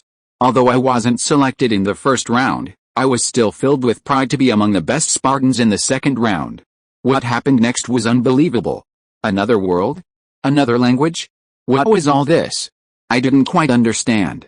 But as time passed, I encountered more and more magical items, along with myriad powers like holy light and arcane magic. Suddenly, I understood what His Majesty had meant by warriors chosen by the gods. Warriors of the gods. What an honorable title. Although in this place called Winter City, back then it was called Winter Town, my companions and I were merely Spartanites. We were merely trainees, not true warriors. Of those who came here with me, only half would remain. Only those who remained would become warriors of the gods, Don't get eliminated. At some point, being eliminated and sent back to Sparta became something of a shame. My companions didn't want to leave, especially after witnessing those miraculous powers. Everyone believed this was the world where the gods lived. I didn't want to return to Sparta either, but I kept it to myself. The real reason I wanted to stay in Wintertown was because I found life here so comfortable. Thankfully, I managed to stay. As a second-term Spartan recruit, I joined the Spartan Heavy Infantry Regiment and recently inducted into the Winter Knights, the true ace of Winter City. Today marks my first mission as a Winter Knight. Open the hatch. The rear hatch of the Quinjet opened, and the fierce winds of the storm instantly rushed into the cabin. But clad in my blizzard power armor, I was unaffected. Follow me. Commander Gareth Stanton glanced at me and the surrounding comrades, making sure everyone was ready before jumping out of the Quinjet. Follow. One by one, my comrades jumped out of the hatch, and I was the second to last. I stepped to the hatch, took a deep breath, and leaped out. Feeling the rapid drop, I stared intently at the various parameters on the display. Before joining the Winter Knights, I had not received much airborne training. After all, the Spartan Heavy Infantry Regiment did not have power armor before, and after switching to it, we mostly fought on the ground. But if you want to join the Winter Knights, airborne combat is a must. I activated the thrusters to keep my descent at a safe rate and glanced around. 4 of my comrades were scattered around, with Commander Gareth Stanton diagonally below me. Thaddeus, watch your position. Understood, sir. How many times had the commander called my name? I felt a little panicky. My performance didn't seem very good. Could today be my last mission with the Winter Order? I controlled the thrusters, adjusting my direction and angle, ensuring a smooth landing next to Commander Gareth Stanton. Boom. The loud explosion and flash of fire from not far away finally made me realize that now was not the time to dwell on these things. Thaddeus, watch your left. I picked up the Piccolo assault rifle. I love this new rifle. It was much more powerful than the Garand I had been using before. Besides being more powerful, it could fire both bursts and bursts. Using the detection function of my blizzard power armor, I quickly and decisively killed 2 elven archers who were shooting arrows at the convoy. Thaddeus, take out the giant tree to your left. Stop it from attacking the convoy. Understood. After dispatching 2 more elven warriors charging at me, I turned my attention to the giant tree Commander Stanton had mentioned. It was just a massive tree, but it had arms and legs. What a bizarre creature, or was it a plant? I didn't bother to dwell on what it was. After all, this was the world where gods lived, so strange things were common. I controlled the Blizzard's power armor's missile launcher, selected incendiary bombs, and locked onto the giant tree ahead. Boom boom boom boom. 4 incendiary missiles accurately hit their target, transforming the giant tree into a giant, moving torch. It quickly stopped and remained motionless. Target eliminated. My attack attracted the attention of many elves, and several elven archers fired wildly at me. I only had to lower my head to see the energy ripples rippling across my power armor. I raised my gun and fired, calling out the elves one by one. Just then, the commander shouted over the communicator, "Thaddeus, be careful." Boom. A massive explosion erupted right beside me, the powerful impact damaging my shields. My display screen flashed red. Another clanging sound followed. Without the shield's protection, the elves' arrows rained down on my blizzard power armor. Boom. Another explosion, but unlike the previous ones, it didn't blast right beside me, but directly at me. Arrows? Arcane shot. I'd seen similar abilities in Winterfell. Instructor Jack Krauser, who taught us Spartans how to use firearms, could use this technique after mastering the mystical power of the arcane. A flashbang instantly erupted from the armor on my left forearm, buying me a moment's respite. After a few seconds of respite, my energy shields returned to normal, and I located my attacker, hiding among the leaves of a tree a considerable distance away. If it weren't for the energy-activated arrows, I wouldn't have been able to locate him so quickly. As I aimed my rifle at him, through the telescope, I could clearly see the elf seemed surprised at how easily he'd been found. I pulled the trigger. A flash of blue fire unleashed a deadly metal bullet, and almost instantly the shot rang out. The elf slammed to the ground. With a light sigh, I turned my rifle to search for the next enemy, but there were no other elves around. "The elves have retreated, don't pursue." Commander Gareth Stanton's voice rang through the communicator, and I realized that my first mission since joining the Winter Order was over. "Everyone, leave the forest and retreat to the main road," Commander Gareth Stanton continued his orders. "Thaddeus, how are you? All good?" I glanced off into the distance, then touched the spot where I'd been struck by the explosion. I was incredibly thankful I was wearing the blizzard power armor. If I'd been wearing the armor used by the previous Spartan heavy infantry, I'd probably have been injured by the initial explosion and subsequently killed by a hail of arrows. Then I thought, if I were still in the Spartan heavy infantry, I wouldn't have been able to conduct a mission like this, parachuting directly behind enemy lines. However, with my performance, I'm afraid I can't continue with the Order of Winter. With a sigh, I headed out of the forest. At worst, I could return to the Spartan heavy infantry. At any rate, as long as I could continue living in Winterfell, it was fine. As we emerged from the forest onto the flat road, several of my comrades began to emerge. I saw that everyone's power armor, including Commander Gareth Stanton's, had marks on it. Does this mean the others are in a similar situation? In this case, I should be able to continue to stay in the winter nights, right? Chapter 287 Super Optimus Prime. I made a mistake in command this time, and I'm sorry to disappoint you, sir. Gareth Stanton gave a detailed report of the battle and expressed his willingness to accept punishment. David said nothing, but glanced at Optimus Prime beside him. The former Autobot leader explained Gareth's situation. When the convoy transporting civilians was attacked by elves, Gareth Stanton commanded the Winter Knights to launch a surprise attack from the rear. They quickly eliminated the threatening giant tree, ensuring that the convoy suffered no losses. From the beginning to the end of the battle, only a few unlucky individuals who stumbled suffered minor injuries, and no one died. It can be said that while Gareth Stanton made some minor mistakes in commanding the battle, overall, there was nothing wrong. Crucially, Gareth Stanton's misjudgment was based on the powerful combat capabilities demonstrated by the Blizzard power armor in the previous battle. He was confident that his knights were capable of independent combat, so he made such a command. In the previous encounter with the Orc horde, the Spartan heavy infantry initially formed a relatively dense formation. However, as the battle progressed, the soldiers became increasingly dispersed. Teal and Fording realized that only by spreading out could the full firepower of the soldiers in their Blizzard power armor be fully utilized. Forget about uniting and coordinating in small groups, even gathering 2 or 3 soldiers together was a waste. It was precisely because of this battlefield performance that Gareth had all the knights spread out during this operation, with almost every knight attacking a single target unit. Strictly speaking, this wasn't a command error on Gareth Stanton's part, but rather a lack of understanding of both his own and the enemy's combat power, forcing him to conduct operations through trial and error. In that case, for the time being, you will not be involved in any combat command. Instead, you will be responsible for training at the barracks. David's tone seemed to be a punishment for Gareth Stanton, but in reality, it was nothing. Even without this incident, Gareth Stanton would normally have taken some time off. Even if Winterfell were to go to war with the elves, it would not be Gareth Stanton who would take command, but someone else. Gareth Stanton wanted to say something, but David stopped him. Since the Lord had made his decision, Gareth Stanton, as one of the earliest knights of the guard to follow Lord Glamorgan, could only obey unconditionally.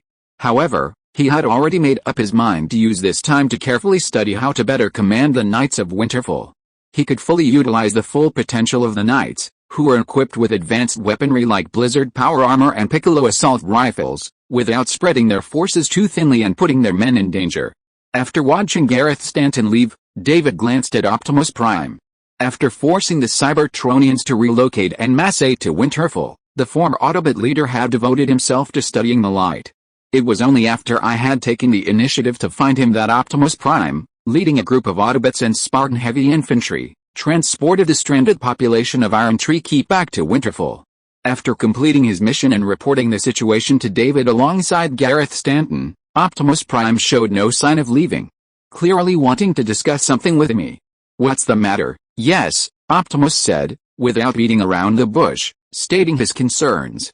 "I thought coming to Winterfell would be a good choice for Cybertronians, but the series of wars has me worried." Winterfell had been far from peaceful recently, and it wasn't just the wars that worried him, first the orcs, then the elves. Optimus Prime worried that one day the humans of Winterfell, like the humans of his own world, would find it impossible to accept Cybertronians. "That's a completely different situation," David reassured Optimus Prime, telling him not to worry. The fundamental cause of these wars is the struggle for living space and resources, and the Cybertronians are part of Winter City. David felt that these wars had actually helped the Cybertronians integrate more quickly into Winter City. With an external enemy, those within were less concerned with racial differences and different customs. Furthermore, Winter City's human residents were far more accepting than those on Earth in the Transformers world. This wasn't just because Brunia itself boasted a wealth of bizarre races, but also because of the existence of mysterious powers. In a world with these powers, the Transformers' ability to transform wouldn't be anything special, as druids already knew how to transform, and given their anatomy, druids' transformations were far more extreme than Transformers. Winter City has sufficient resources for survival. Winter City didn't need to rely on military expansion to seize resources from others. Currently, Winter City hadn't run out of resources. Even with a larger population, more wasteland would be reclaimed. Furthermore, more people would be drawn into various industries. Even the currently non-existent fishing industry might be spurred by market demand. Furthermore, as David's actual control of territory continued to expand, the barren lands of the northern plains would become fertile. Even David wasn't sure how many people such a vast expanse of land could support. What if the orcs and elves wanted to obtain Winterfell's resources, as long as they obtained them through legitimate means? Optimus Prime nodded slightly at David's words. While he cared about the right to survival of all life, he wasn't blindly supportive. They had clearly attacked first, yet they still demanded David not retaliate. As for David's legitimate means, Optimus Prime could guess, it simply meant acquiring Winterfell's resources through trade, or perhaps simply becoming a Winterfell resident, like the Cybertronians. He saw no problem with this, and even felt that if David could become the ruler of this land, it would be a blessing for all the intelligent races on the continent. David would not enslave them, but rather establish a stable order, ensuring that those living within his territory could earn their due wages through labor and use these wages to purchase the resources they needed. While Winter City had its share of classes, Optimus Prime saw no oppression there. Even if the security forces were a bit heavy-handed in their enforcement, that was considered acceptable. Optimus Prime then discussed the Holy Light with David. David discovered that Optimus Prime's understanding of the light was profound, and that he was not far from truly mastering it. As David pondered this, he noticed a beam of light descend from Optimus Prime's head, enveloping the metallic giant in a golden glow. A moment later, the light faded, and Optimus Prime was still reflecting on the wondrous feeling he had just experienced. "How does it feel?" "I've never felt better." As Optimus Prime spoke, his body suddenly began to transform, quickly transforming before David's gaze. His red body and blue legs were a stark contrast to his previous red and blue look, but David recognized it as Optimus Prime's signature look. This is how I looked back on Cybertron." Optimus Prime glanced at himself. "The spark within me has returned to peak condition, even stronger, perhaps to accommodate the peak spark." Optimus Prime's body had also restored to its peak form. "I think you look more handsome this way." "I think so too." Optimus searched his records for a more suitable car model, and then, under David's watchful eye, transformed into a red flat-top truck. But that wasn't all. As Optimus Prime transformed, a teleportation wave suddenly appeared not far behind him, and a car with a distinct Autobot logo appeared behind the red truck and connected to the truck's front. The truck's front separated from the car's front again, but this time it remained stationary, and Optimus Prime transformed back into his human form. Looking back at the car, Optimus sighed. "I thought I'd never get the chance to summon this old friend again." David, who had been watching the whole thing with his eyes fixed on him, spread his hands. Optimus then explained. Optimus Prime has always had a compartment, technically his weapon storage. However, Optimus's spark was previously too weak to summon it from his alternate dimension. In the original film, Optimus Prime, after receiving the spark from Skyfire and combining it with the leadership matrix to revitalize it, was able to resummon the compartment and store the external accessories provided by Skyfire. Now without Skyfire's spark, he couldn't summon his compartment again until he had regained the power of the Holy Light spark and regained its peak. "I see," David said after listening to Optimus Prime's explanation. He then took another look at the compartment and wondered if it was just for storing weapons. Wasn't such a large compartment a waste? "Have you considered upgrading it?" "How?" "Give it the ability to transform and merge with you." David thought of Rinley, who looked almost identical to Optimus Prime. Rinley, who could merge with a compartment, was called Super Rinley. So, Optimus Prime, who merged with a compartment, could also be called Super Optimus Prime. After hearing David's suggestion, Optimus Prime pondered it for a few seconds. It's technically possible. With a holy light, Optimus's spark not only became more powerful, but would continue to grow stronger. He no longer had to worry about expending too much energy and not being able to recover. He had more than enough energy to power an even larger body. We can try to research it. Chapter 288 Another development direction of the Winter Navy. Watching Optimus Prime transform into a truck and haul his trunk away from Castle Glamorgan, David strolled through the gardens for a while, contemplating his own plans. He first welcomed the newcomers as Overlord, introducing them to him, their lord. He then listened to reports from Garrett Stanton and Optimus Prime. He then comforted Optimus Prime, mentored the former Autobot leader, making him the second Cybertronian to be recognized by the Holy Light, and offered suggestions for upgrading his vehicle. Before that, he listened to Megatron's progress report on the Eastern North Plains and discussed the resettlement of the new residents and any potential issues with Administrative Officer Weatherby Swan. After a busy day, it was already past 3 in the afternoon. David checked the time and decided to go for a walk to relax. It would be dinner time when he returned.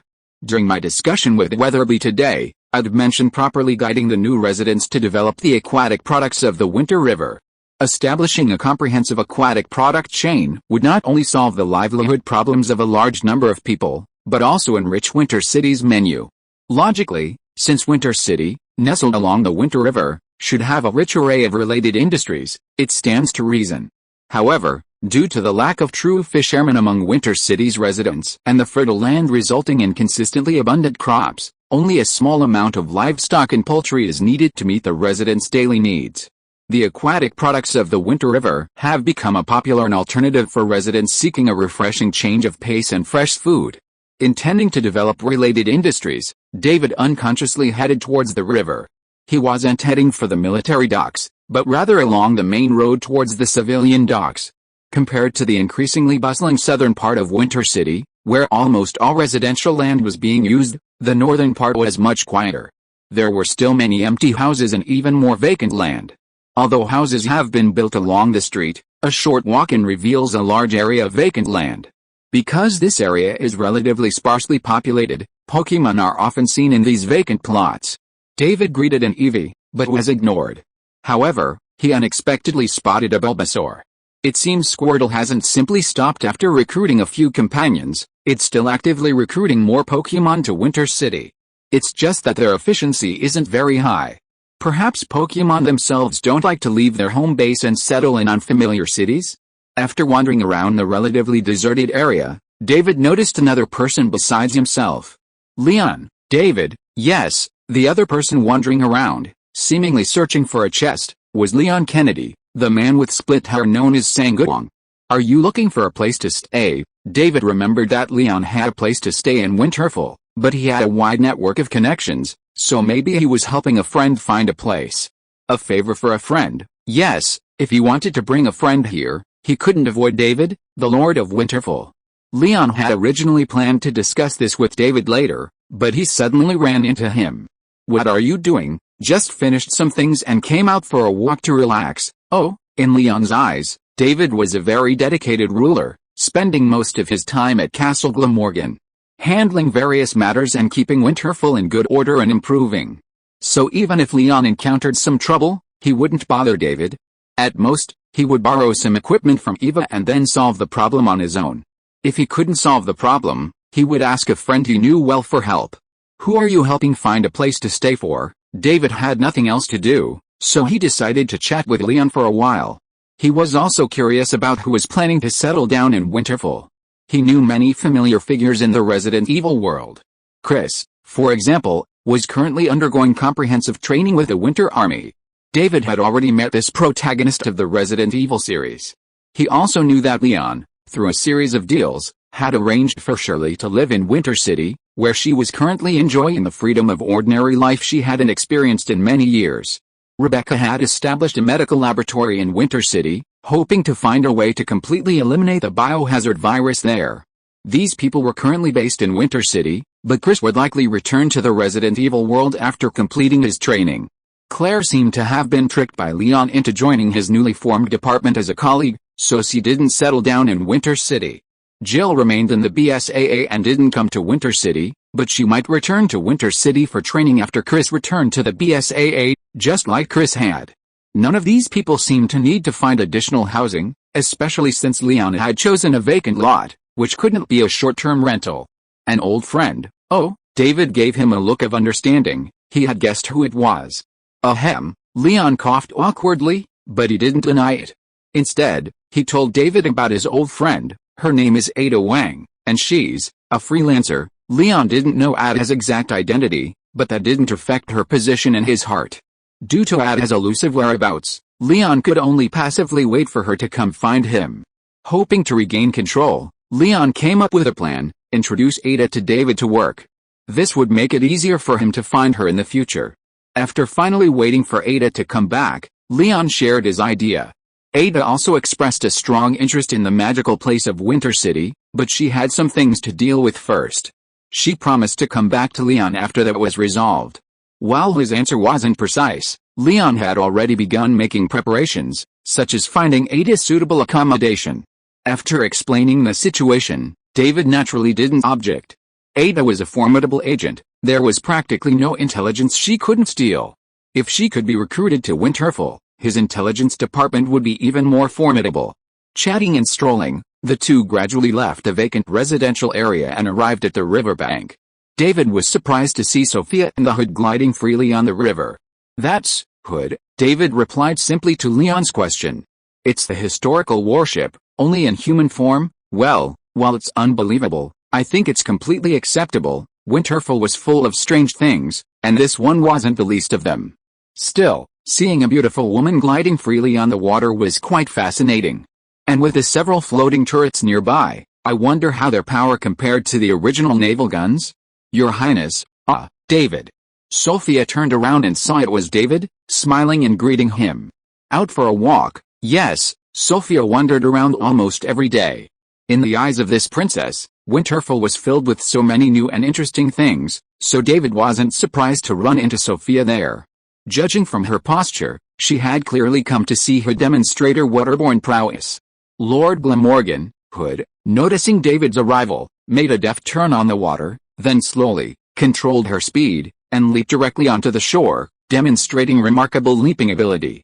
As she saluted David, the turrets and other accessories around her vanished in a flash of blue light. "Is that the ship's armor? Sent into the alternate dimension?" "Yes." "What a convenient ability." David also noticed that Hood was wearing the same blue dress she had worn when she rescued her. It showed no signs of damage.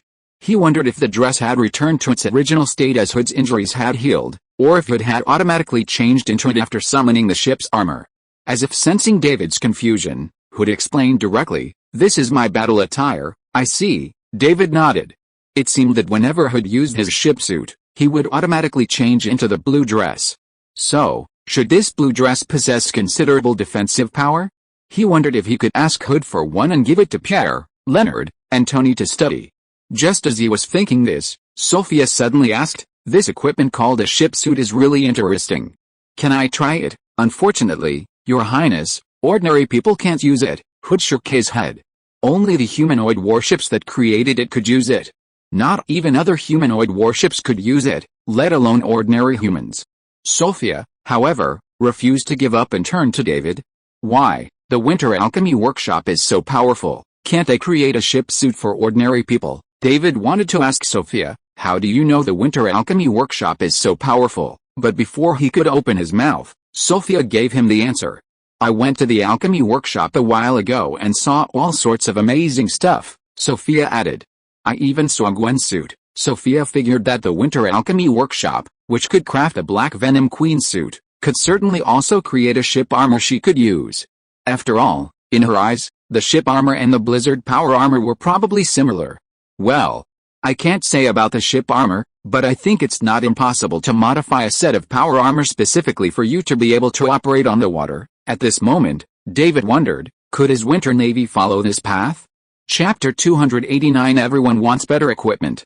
David felt that producing a batch of power armor for naval warfare wouldn't conflict with current naval development. He couldn't give up on developing warships. Even if every sailor was equipped with a power armor more advanced than Tony's Iron Man suit, He wouldn't abandon warships, a multifunctional mobile maritime combat platform. Sailors using power armor would primarily replace small combat units like patrol boats and marines. If developed sufficiently, perhaps they could replace carrier-based aircraft? David wasn't so sure about this. After strolling around Winter City with Hood and Sophia for a while, David returned to Castle Glamorgan with the two women. The sun had already set, and the entire Winter City was shrouded in dim yellow. Sophia would turn back every few steps to look at the river to the west. Fortunately, the roads in Winter City were smooth and clean, so she didn't stumble or fall. Do you like sunsets? I've never seen the sun set over water before. It's a beautiful sight. Sophia put her hand over her eyes, as if to see it more clearly. Don't you think it's beautiful? David paused and glanced westward. It's beautiful, but after a while, it doesn't seem so strange anymore. When he first arrived, he also loved admiring the surrounding scenery, especially when the pioneer camp had only a few houses and you could easily see everything from anywhere. Seeing a scene day and night, no matter how beautiful it is, can get boring. Why don't you change it up? Sophia turned and continued walking. Aren't there a lot of beautiful places nearby? She mentioned several places in a row, including the forests and mountains to the north, the plains to the east, and the farmlands to the south. By the way, what's the other side of the river like? Just like the north, vast expanses of forest. Now that Winter City had the means, both his soldiers and Tony, ever curious, conducted a brief exploration of the other side of the Winter River. Their initial exploration concluded that there was a relatively flat area on the other side of the river, but the terrain became increasingly complex as they moved deeper, with countless hills and mountains rising one after another, making it unsuitable for large-scale residential construction.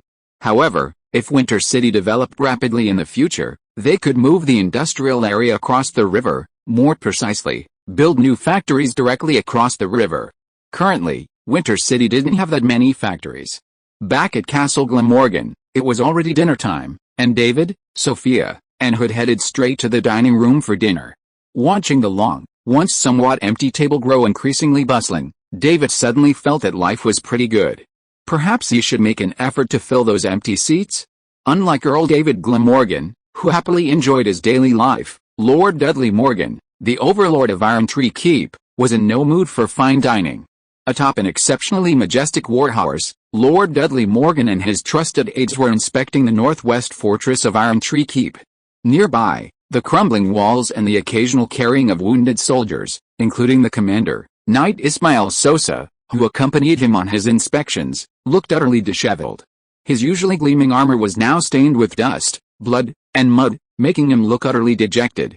How many soldiers are left to fight? 200 knights of the Iron Tree Order, 400 fully armored infantry, 110 archers, and the auxiliary forces have been replenished by 1,000. So many casualties among the archers. The losses of the Iron Tree Knights and their elite infantry weren't too great, far better than Lord Dudley Morgan had anticipated.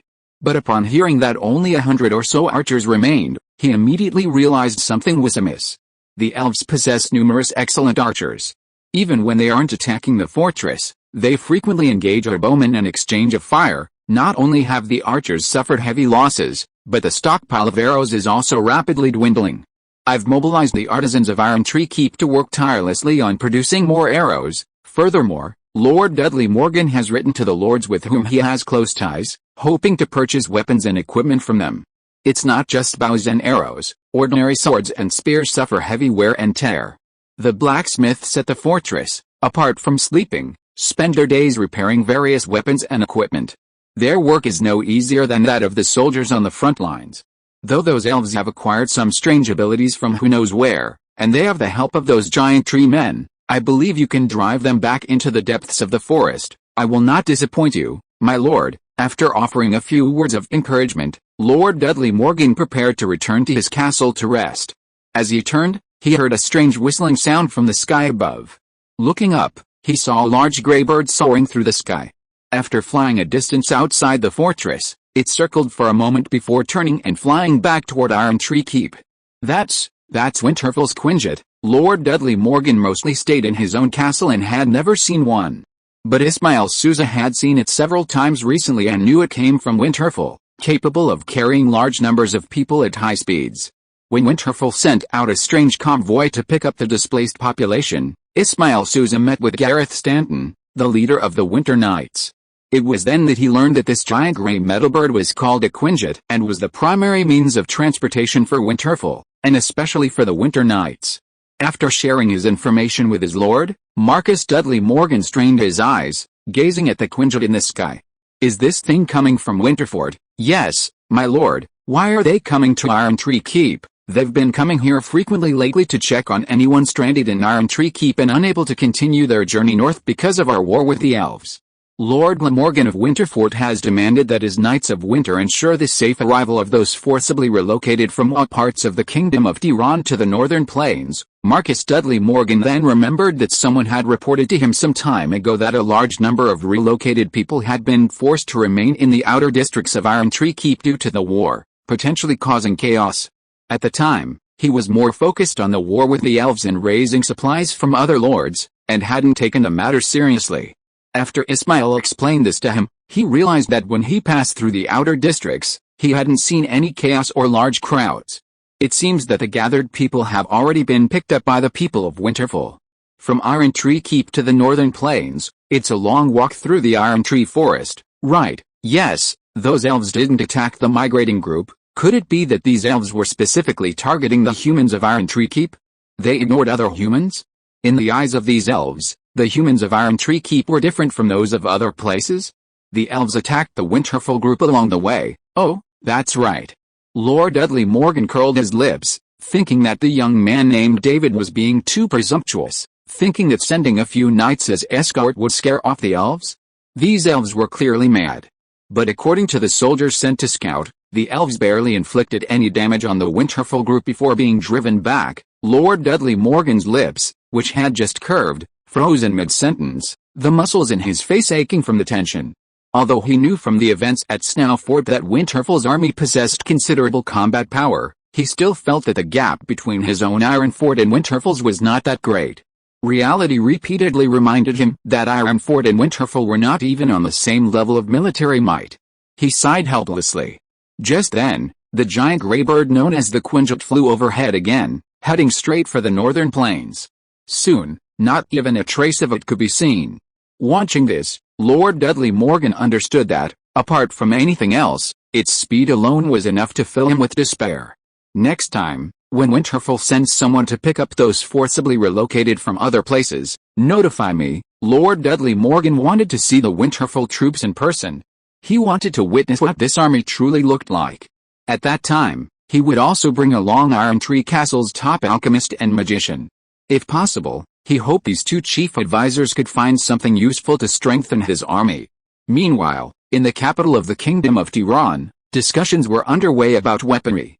After viewing a demonstration of the new equipment, Earl Sutton Stewart was immediately summoned to the castle by King Abelson. "What do you think of our new equipment?" "You mean the latest armor and weapons?" Seeing the king nod, Sutton Stewart offered a disapproving review. "This batch of equipment isn't even as good as the original ones. Not only does the Tiran Knights need new equipment, but the Royal Guards, too." Sutton Stewart immediately understood why the latest batch of equipment was so inferior. As demand grew, the effectiveness of each piece of equipment had to be reduced to ensure production. "If it were before, I might have agreed with your decision, but now," Abelson observed Sutton Stewart carefully, as if trying to draw a more accurate conclusion from his expression.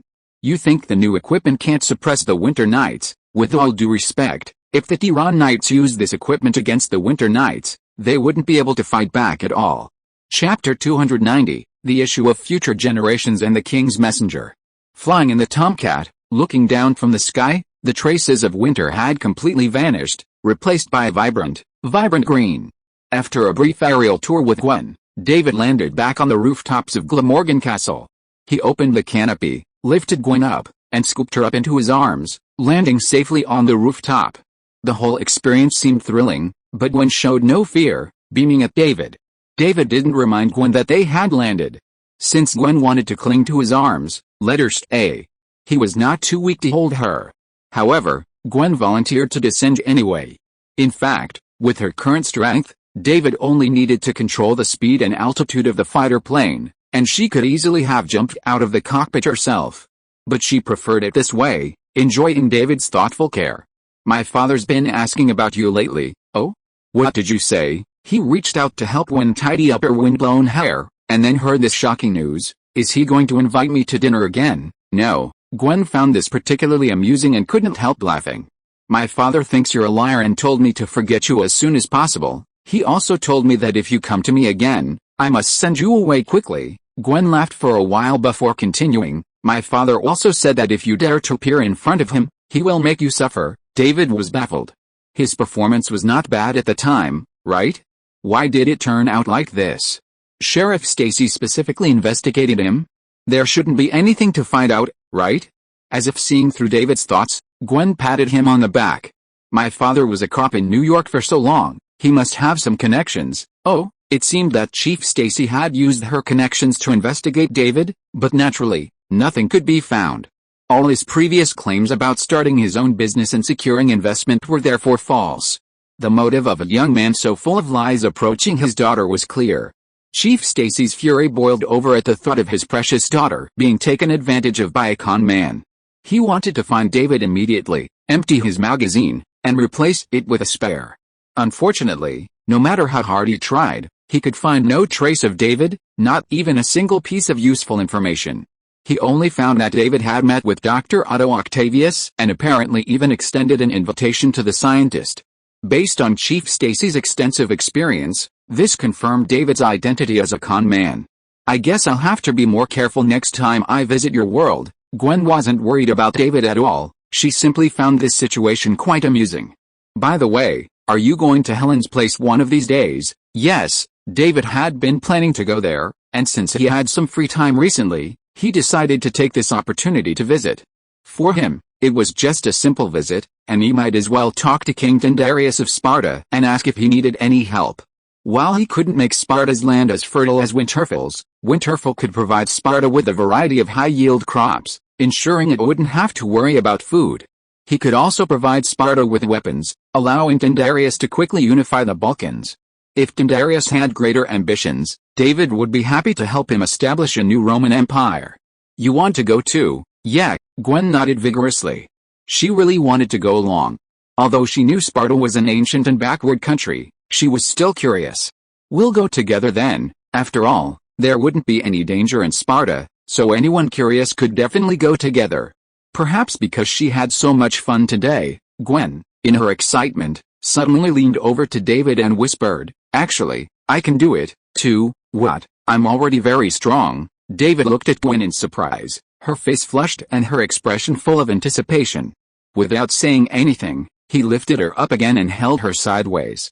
"Really? Let me check it out." Hearing David's words, Gwen's face flushed even more. She remembered how David had used that excuse to eat her whole. This time, Gwen planned to take the initiative and eat David whole. Unfortunately, reality often differed greatly from ideals. Gwen's strength was not enough, and she soon became overwhelmed. David, with a smug smile on his face, covered Gwen with the sheets with both hands, and sat down to massage her calves. "Does it still hurt?" "Much better now." Gwen, her body red as a boiled shrimp, lay quietly while David massaged her slightly swollen belly. As she massaged her belly, a question suddenly occurred to Gwen. Could she be pregnant? If she was, how could she continue attending school? Would she have to take a leave of absence? And if she came home with a bulging belly, her father would be furious. "What are you thinking about?" "I'm thinking, if I get pregnant, should I take a leave of absence?" In seconds, Gwen had made her decision. If she was pregnant, she would take a leave of absence to have the baby, then go back to college. David's hand paused for a second, then he resumed the massage. "Don't worry about it, huh? Laura and I have been together for so long, and we haven't gotten pregnant yet." It took Gwen a second to realize what David meant. "You didn't use protection." "Never." Initially, she hadn't prepared anything about it, and later, with Laura and herself letting loose together, it hadn't even occurred to her. It could be argued that at the time, Laura thought pregnancy was a good outcome. At least David had good genes, and the offspring he produced would be excellent. Instead, the two of them indulged in all sorts of fun, with no further developments. Initially, David didn't take it too seriously. After all, he was too young to have a child anytime soon. As his strength gradually grew, especially after the recent battle, David began to vaguely sense something. His body seemed to be peculiar, preventing him from easily conceiving. He didn't mind it, After all, his strength and lifespan were constantly increasing, and he didn't need offspring to continue his legacy. Deep down, he was even delighted, as he could now gallop more freely. Gwen, initially worried but still full of anticipation, was left with a simmering sense of discontent after hearing David's words. David's reaction was a classic example of a petty-minded man. In some ways, her father hadn't made a mistake. She even wondered why she liked him so much. After a moment of being glared at by those discontented eyes, David continued to diligently massage Gwen's calves, finally dispelling her resentment. "It's done. No need to press any more." Wrapping herself in the sheets, Gwen tried to get up for a shower, but her arms and legs were too weak to even get up. "Let me help you." Seeing David's face approaching again, Gwen's previous doubts completely dissipated. Wasn't that why she was so proactive? As for the baby thing, well, no. She was still young and had many things she wanted to do. She wanted more time alone with David. Having a baby so early wasn't the best option. After a refreshing shower, they emerged to find the once messy room tidy, the sheets and pillows fresh. Gently laying Gwen on the dry bed, David kissed her forehead. "Rest well. I'll go see if there's anything I need to take care of." "Go ahead." David, dressed, stepped out the door to find Eva and Helen waiting, clearly waiting for him. "What's going on?" Helen was standing guard, probably to prevent Sophia from accidentally wandering in. It was unusual for Eva to be here. She must have something important to discuss with him. "The capital has sent an envoy to Winterfell." "The capital? An envoy sent by His Majesty the King? How long have they been here?" "They just arrived and are currently waiting in the outer room of the reception hall." "Do you know what it is?" David thought about it, but couldn't figure out why His Majesty the King had suddenly sent an envoy to Winterfell.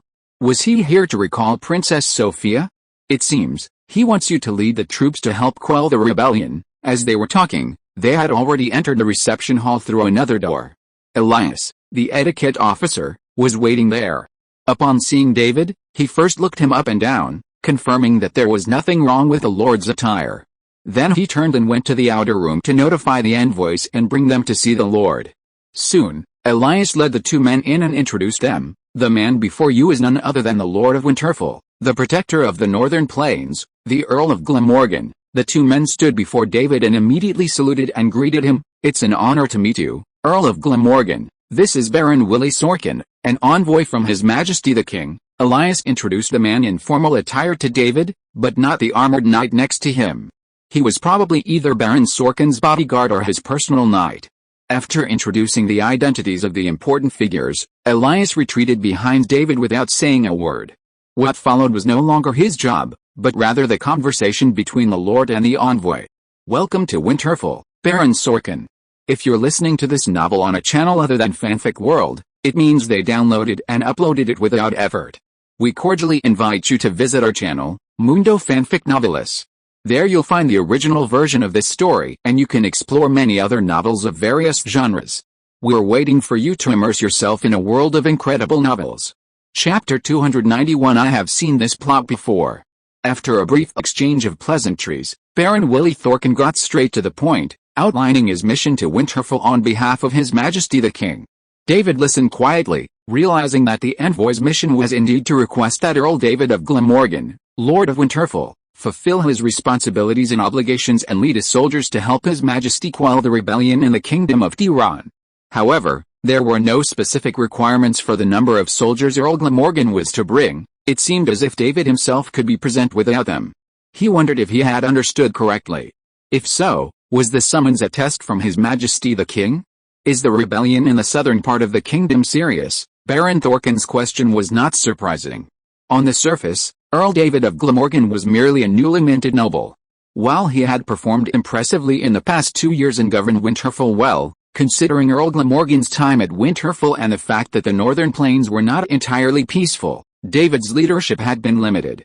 Normally, unless a rebellion within the kingdom is so severe as to threaten the survival of the entire Tiran kingdom, the Earl of Glamorgan, stationed on the northern plains, should not be summoned to lead troops to suppress the rebellion.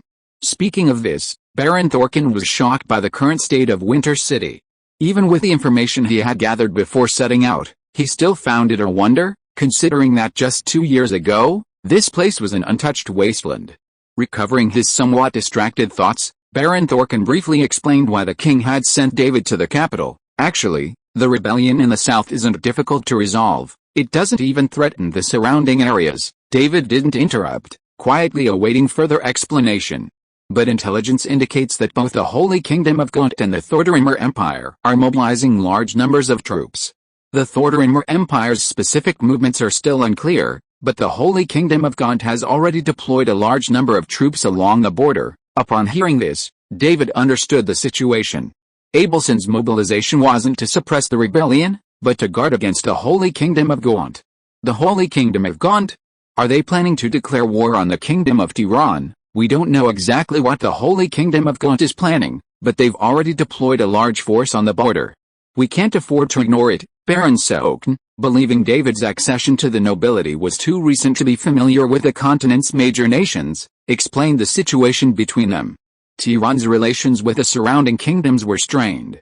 Its rapid rise and relentless expansion had long drawn the vigilance of the Thordorimer Empire. The Holy Kingdom of Gaunt, intent on expanding the temple's influence throughout the continent, had led to constant friction between the nations. Just 10 years ago, they even fought a battle with the Holy Kingdom of Gaunt. So that's how it is. The two sides already had numerous grievances, compounded by a conflict of faith. The Holy Kingdom of Gaunt was a nation poised to attack Tiran at any moment. For King Abelson of Tiran, he couldn't be more vigilant against any developments in the Holy Kingdom of Gaunt. Therefore, Baron Thorkin wasn't the only envoy dispatched this time. The capital also sent numerous envoys to various territories, summoning the lords of the Kingdom of Tiran to the capital.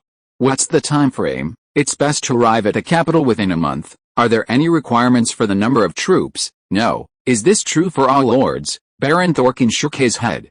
Your Majesty made this decision because the situation on the northern plains hasn't yet fully stabilized. According to the king's order, lords from all corners of the Kingdom of Tiran were to lead at least 50 soldiers to the capital, based on the location, size, and rank of their territories. It could be said that Abelson had indeed issued a national mobilization order.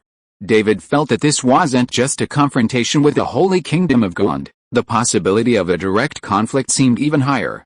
I understand, but I might need to make some arrangements before leaving Winter City for the capital. Baron Thorkin said this wasn't a problem. All lords made arrangements before leaving their territories, and it was impossible for them to immediately lead their troops to the capital. The same day the order was received, David instructed Elias to arrange lodging for Baron Thorkin and his delegation, and he headed straight for the meeting room.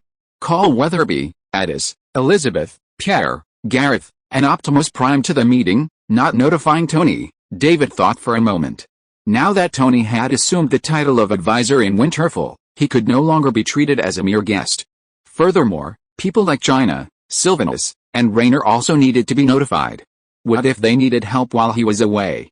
That's right, David had made his decision. He would respond to the king's call and lead his men to the capital. He wouldn't refuse the call. After all, Winterfell's decrees had already been finalized, and the next step was to proceed step by step. He hadn't had much else to do during this period, so it was a good opportunity to explore other areas. Since he had already set his sights on exploring the wider region, it was natural to venture out and explore the area beforehand. Moreover, David felt that this was actually a test from the king. Abelson might be using this method to determine how many lords were truly loyal to the Kingdom of Tiran.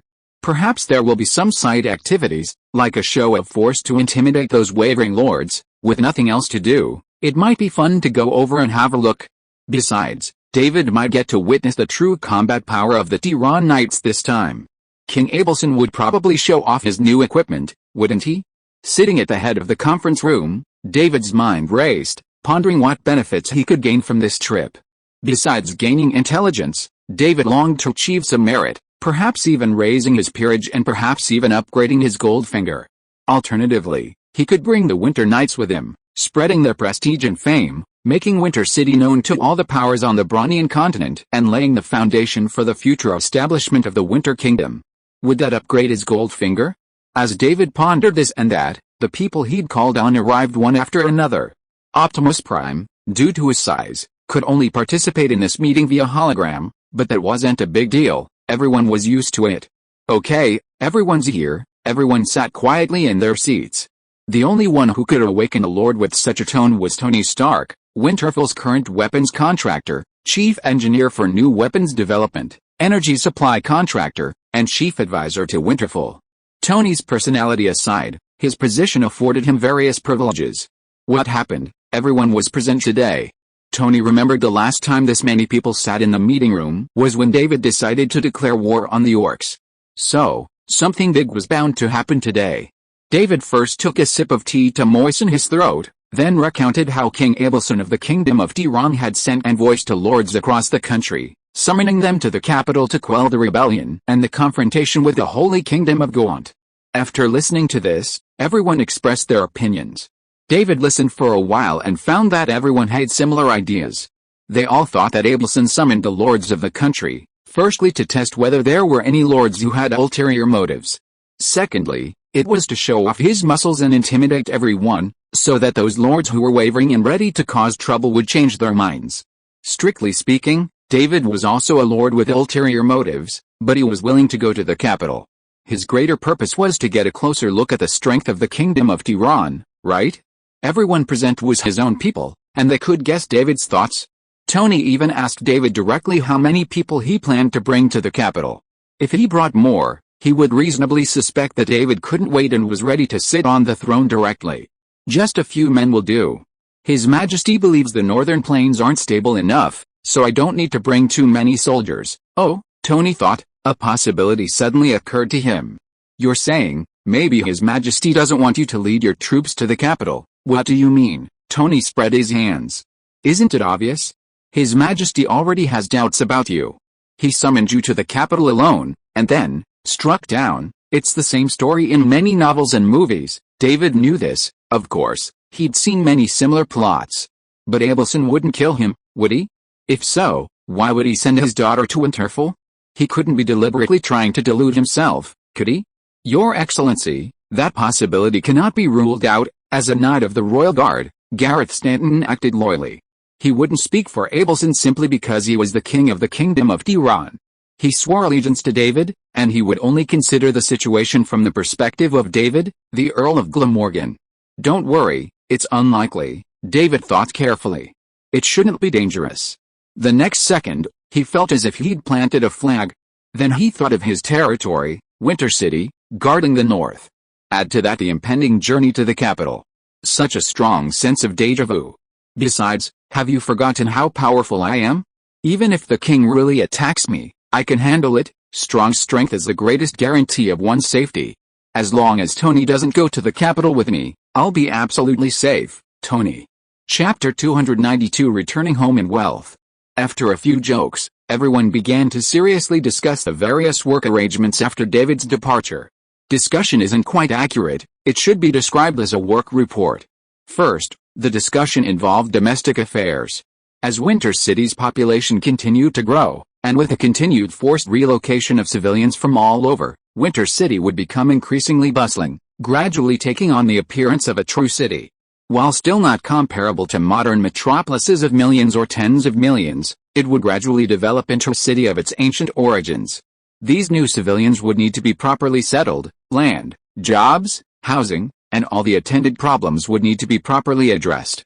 According to the rules David had previously established, new civilians willing to work could be arranged by the government's subordinate departments for various jobs. These included various industries currently employed in Winter City, power plants, water plants, waste and sewage treatment plants, arsenals, restaurant waiters, store clerks, city cleaners, and so on. If they didn't object, they might even be assigned to the Winter Army's logistics department as helpers. If they could learn how to repair cars and other equipment, they would be retained in the army. For those unwilling to work and willing to farm, the government provides loans, seeds, and tools to allow farmers to cultivate wasteland. Furthermore, all civilians arriving in Winter City are provided with affordable rental housing, meaning new arrivals don't have to worry about starving or freezing in Winter City. As long as they're willing to work, food and shelter are readily available. The only problem is security. David wouldn't consider these new arrivals harmless, kind, and honest. Among these forced relocations are a number of hooligans, street urchins, and simply lazy individuals who, while incapable of doing their jobs, are highly skilled at causing trouble. This is where Elizabeth Swann's security team comes into play. If Elizabeth feels it's necessary, You can expand the security team appropriately. David suddenly remembered something. By the way, how many Bulbasaur are there in Winter City now? What's wrong? Weatherby knew the most about this matter. Eva also had detailed data, and generally, Eva was responsible for reporting matters related to alien visitors. Only 4, so few. David thought that adding Bulbasaur to the security team might be helpful. This Pokemon was perfect for capturing missions. Let's try recruiting these few into the security team first. Almost all of Winter City's Squirtles joined the security team, patrolling the city and preventing possible fires. In addition, some Squirtles would go to the farms to earn some extra money. Farmers would give them snacks in exchange for small favors. Because of their behavior, the residents of Winter City were fond of these cute blue creatures. Newcomers who tried to capture or bully them were even beaten up. As for Eevee, although this Pokemon hadn't been particularly helpful, it had already gotten along well in Winter City simply by virtue of its appearance. Just in case, should we build a prison? David thought for a moment, and it didn't seem necessary for the time being. Even if there were some security issues, these people hadn't committed any serious crimes. Minor offenses would at most require a few days in a holding cell and some compulsory labor. But in the long run, a prison seemed essential. It's not necessary right now, but if we have time, let's find a suitable location. He considered sending some prisoners to a military camp for forced service, reforming them through strict military discipline. But he suddenly realized that, aside from whether this would punish the prisoners, the combat effectiveness of his own army would be significantly reduced. Even if they formed a separate legion, it would be a useless group of people who only ate and did little work. History had proven this countless times not to be a wise approach, so David decisively abandoned the idea. He had already discussed government affairs, and there wasn't much to worry about in the military. The cleanup operation on the northern plains continued. David wasn't in a rush to recall the Spartan heavy infantry to Winter City. He was considering rotating them to ensure everyone could get some time out and gain some practical combat experience. The Winter Knights continued their slow expansion, and David wasn't in a rush to rapidly increase their numbers. Ensuring the combat effectiveness of each Winter Knight and forming an elite force was Captain Gareth Stanton's priority. Sir, are you taking a few Winter Knights with you to the capital? This task was definitely the responsibility of the Winter Knights, not the Spartan heavy infantry. Gareth hadn't considered that option at all. 10 soldiers would be enough. Will Knight Jack Krauser lead the team? No, Krauser will continue to lead the Spartan heavy infantry to clear the orcs on the northern plains, where his expertise can be better utilized. David quickly decided who should command this group of Winter Knights. Let Floyd lead them. As deputy captain, Floyd would primarily be responsible for training. However, with a gradual improvement of the Winter Army's system, and the completion of basic training for the Winter Knights and Spartan heavy infantry, Floyd has been relatively free lately. The new recruits for the winter camp are specialized personnel, transport truck drivers and fighter pilots. Even if they require basic training, he doesn't need to personally oversee them. Therefore, Floyd can return to the capital with David, giving him a chance to show off. What about a vehicle? A Quinjet, David pondered. Would riding a Quinjet to the capital be a bit too ostentatious? But even if he didn't, he would have 2 mass-produced Quinjet Decepticons with him. If an emergency arose, he could simply return to Winter City in a Quinjet. In more urgent cases, he could use Hearthstone to return directly, while the others took the Quinjet. Going by car? That seemed equally ostentatious, and given the current road conditions in the Kingdom of Tiran, traveling by car wasn't a comfortable option. Just take the Quinjet, that way, he didn't have to rush off. With a Quinjet's speed, it would reach the capital quickly. He looked around at everyone, checking if anyone had any questions. If not, Winter City would maintain its current state and continue to develop steadily for a while. Wait, you're not taking anyone else besides the Winter Knight? Tony glanced at David. He was still waiting for David to ask, but why did it seem like they were about to leave? I'm not leaving for the capital right away. I'm not sure who will be free then. Someone like Tony wasn't sure if he was going until right before departure, so asking too early was pointless. That's true. Let me know before you leave, and I'll decide whether I want to go with you. Let's see the capital of the Kingdom of Tiran. I know there's nothing much to see, but it's a rare opportunity to visit another world, and it would be a shame not to explore. He went on and on, seemingly unimpressed, but convincing everyone around him. I want to go see it, too. Sylvanus had been feeling a bit bored lately. Previously, She'd been able to go hunting with Laura, and learn the art of hunting from Jack Krauser, Addis, and Alfei. Now that all that was over, she, the Ranger General of Quel'Therless, was confined to the city all day, practically going moldy. Tony's words had reminded her that staying in Winter City all the time was a waste. Seeing other cities and learning about their cultures and customs would be a good option. The only problem was, as a high elf, would she stand out too much? That's not a problem, and no one can question it. Winter City's ethnic composition was only going to grow more complex. Compared to them, elves were nothing. Bringing Sylvanus along this time would also show a commitment. Winter City welcomes not only humans, but other races as well. If the population hadn't been so small before, David would even consider having Cecil recruit all the Dark Elves from the Lost Lands to Winter City, assuming they weren't hostile to humans. Is anyone else going to the capital? I'm going to. Jaina raised her hand. If we really have to confront the Holy Kingdom of Gaunt, we might encounter followers of the God of Magic. I want to see what these mages are really all about. David nodded. It wasn't surprising that Jaina wanted to see the magic of this world. He felt that Medivh would most likely come with him. That's alright, then. I'll let you know when the departure date is confirmed. Weatherby returned to his duties. The government departments were gradually being established and completed, and the government building, diagonally across from the south gate of Castle Glamorgan, was bustling with activity. Elizabeth prepared to recruit more personnel and figure out how to train these new recruits. Gareth was selecting a team of exceptional winter knights to form as the Lord's escort. These 10 men had to be not only strong but also presentable. He was even considering having Pierre add some floral patterns to their blizzard power armor. As for David, he planned to ask his companions one by one, asking if anyone else was willing to go to the capital with him. He'd first ask Laura, Gwen, Helen, and Sophia. Perhaps she'd also like to go back and see her parents. Eva didn't need to be asked, she was staying in Winterfell. David, ready to check on Gwen first, returned to his room and found that the people he'd planned to ask were all gathered there chatting. Chapter 293 Europa Universalis. Laura, Helen, Sophia, and Gwen, who was resting in bed, were all chatting animatedly about something. Oh, you're back? Have you finished your business? Laura greeted David as he entered with a smile. I heard the capital sent an envoy. Yes, His Majesty is summoning the lords to the capital. It seems the border isn't peaceful. After briefly explaining the situation, Laura realized David might be away for a while. Would you like to come with me? Well, Gwen wanted to go, but she had to go to school, which was awkward. I probably can't, of course. Laura said without hesitation that she wanted to go to the capital with David. She had missed her last visit because of something, so she had to go this time. I can go back to see my father and mother, too. Sophia also wanted to go back. Since arriving in Winter City, she had been wandering around all day, quickly learning about its many unique attractions. She was well aware of the convenient and fast flights there, so returning to the capital wouldn't be a hassle for her. Similarly, returning to the capital and then to Winter City would be easy, and she wouldn't have to suffer on the way. After living there for a while, Sophia felt that Winter City was exactly her dream place. Everything was convenient here, and even when she missed her parents, she could easily return to the capital to visit them.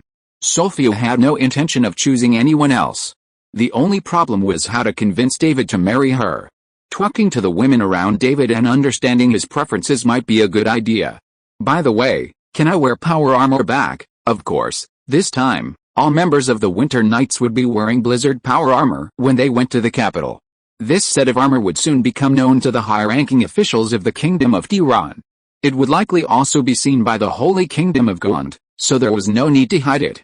As for whether the Royal Alchemy Workshop of Tiran would steal the power armor technology, David would even give the alchemists a thumbs up if they could copy it. Is Helen going? David looked at Helen again, knowing Gwen couldn't go, and Laura and Sophia would be traveling with him. After a moment's thought, Helen decided to stay in Winterfell. She wasn't particularly interested in exploring other cultures, believing she could still learn about a variety of civilizations even if she stayed in Winterfell. Furthermore, David had specifically mentioned that this trip to the capital wouldn't affect his original plans, and that he would still visit Sparta before leaving Winterfell for the capital. She was already happy that David was caring for his family and country, so she decided not to add to the chaos by joining him on this trip. Helen felt that if David and Princess Sophia were accompanied by too many women, it wouldn't be a good idea. It might ignite a conflict between David and the king of Tiran. After asking everyone if they wanted to go to the capital together, David asked what they had been talking about, but no one was willing to tell him. Instead, they said goodnight and went their separate ways. Over the next few days, David led a group of men to Sparta to discuss plans for the unification of the Balkans with King Tyndareus. Tyndareus took this divinely entrusted mission very seriously, but he worried that Sparta's own strength was insufficient. Upon learning that David would grant them abundant crop seeds, teach them advanced farming techniques, and provide them with a variety of advanced weaponry, Tyndareus realized that Sparta was on the verge of reaching new heights. After examining the map David brought, Tyndareus even declared that he would not only bathe the entire Balkan Peninsula in David's divine light, but would also transform all the fertile lands along the northern Mediterranean coast into a land of divine light. As for how long this goal would take, Tyndareus was unconcerned. Even if he couldn't achieve it in his lifetime, he still had two exceptional sons who would surely accomplish it.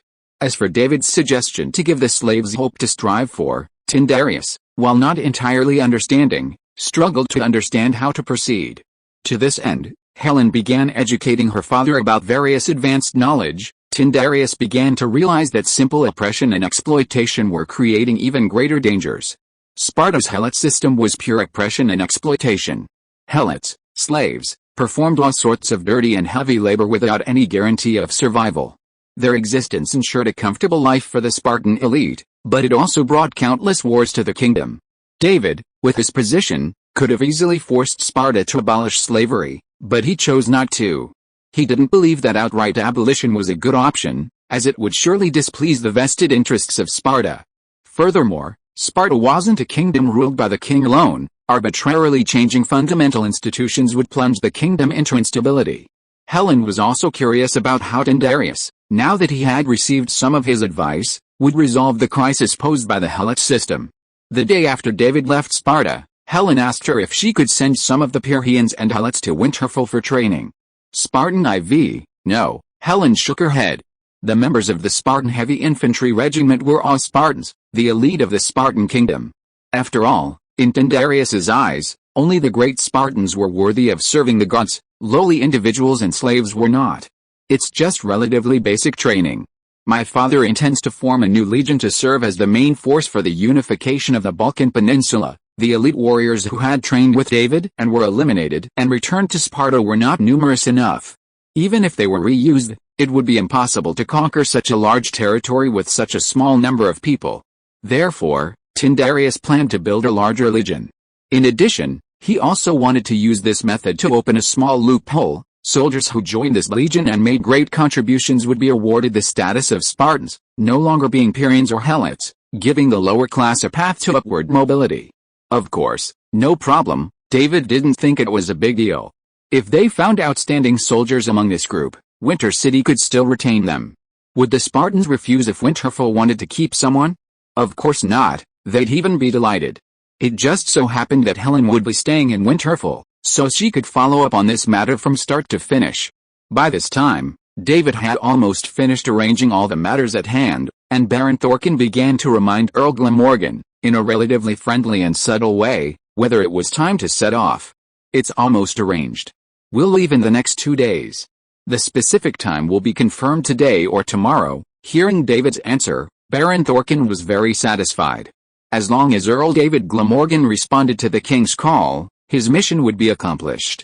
He had been a little worried that Baron Glamorgan would not want to go to the capital at all. In that case, who knows what would happen, and he, the envoy, would probably not end well. Now, he could finally relax half of his worries, the other half would have to wait until the actual departure. Watching Baron Thorkin leave, David glanced at Edwin Van Cleef, who had remained silent. The Winterfell intelligence chief sat in the corner, looking very invisible.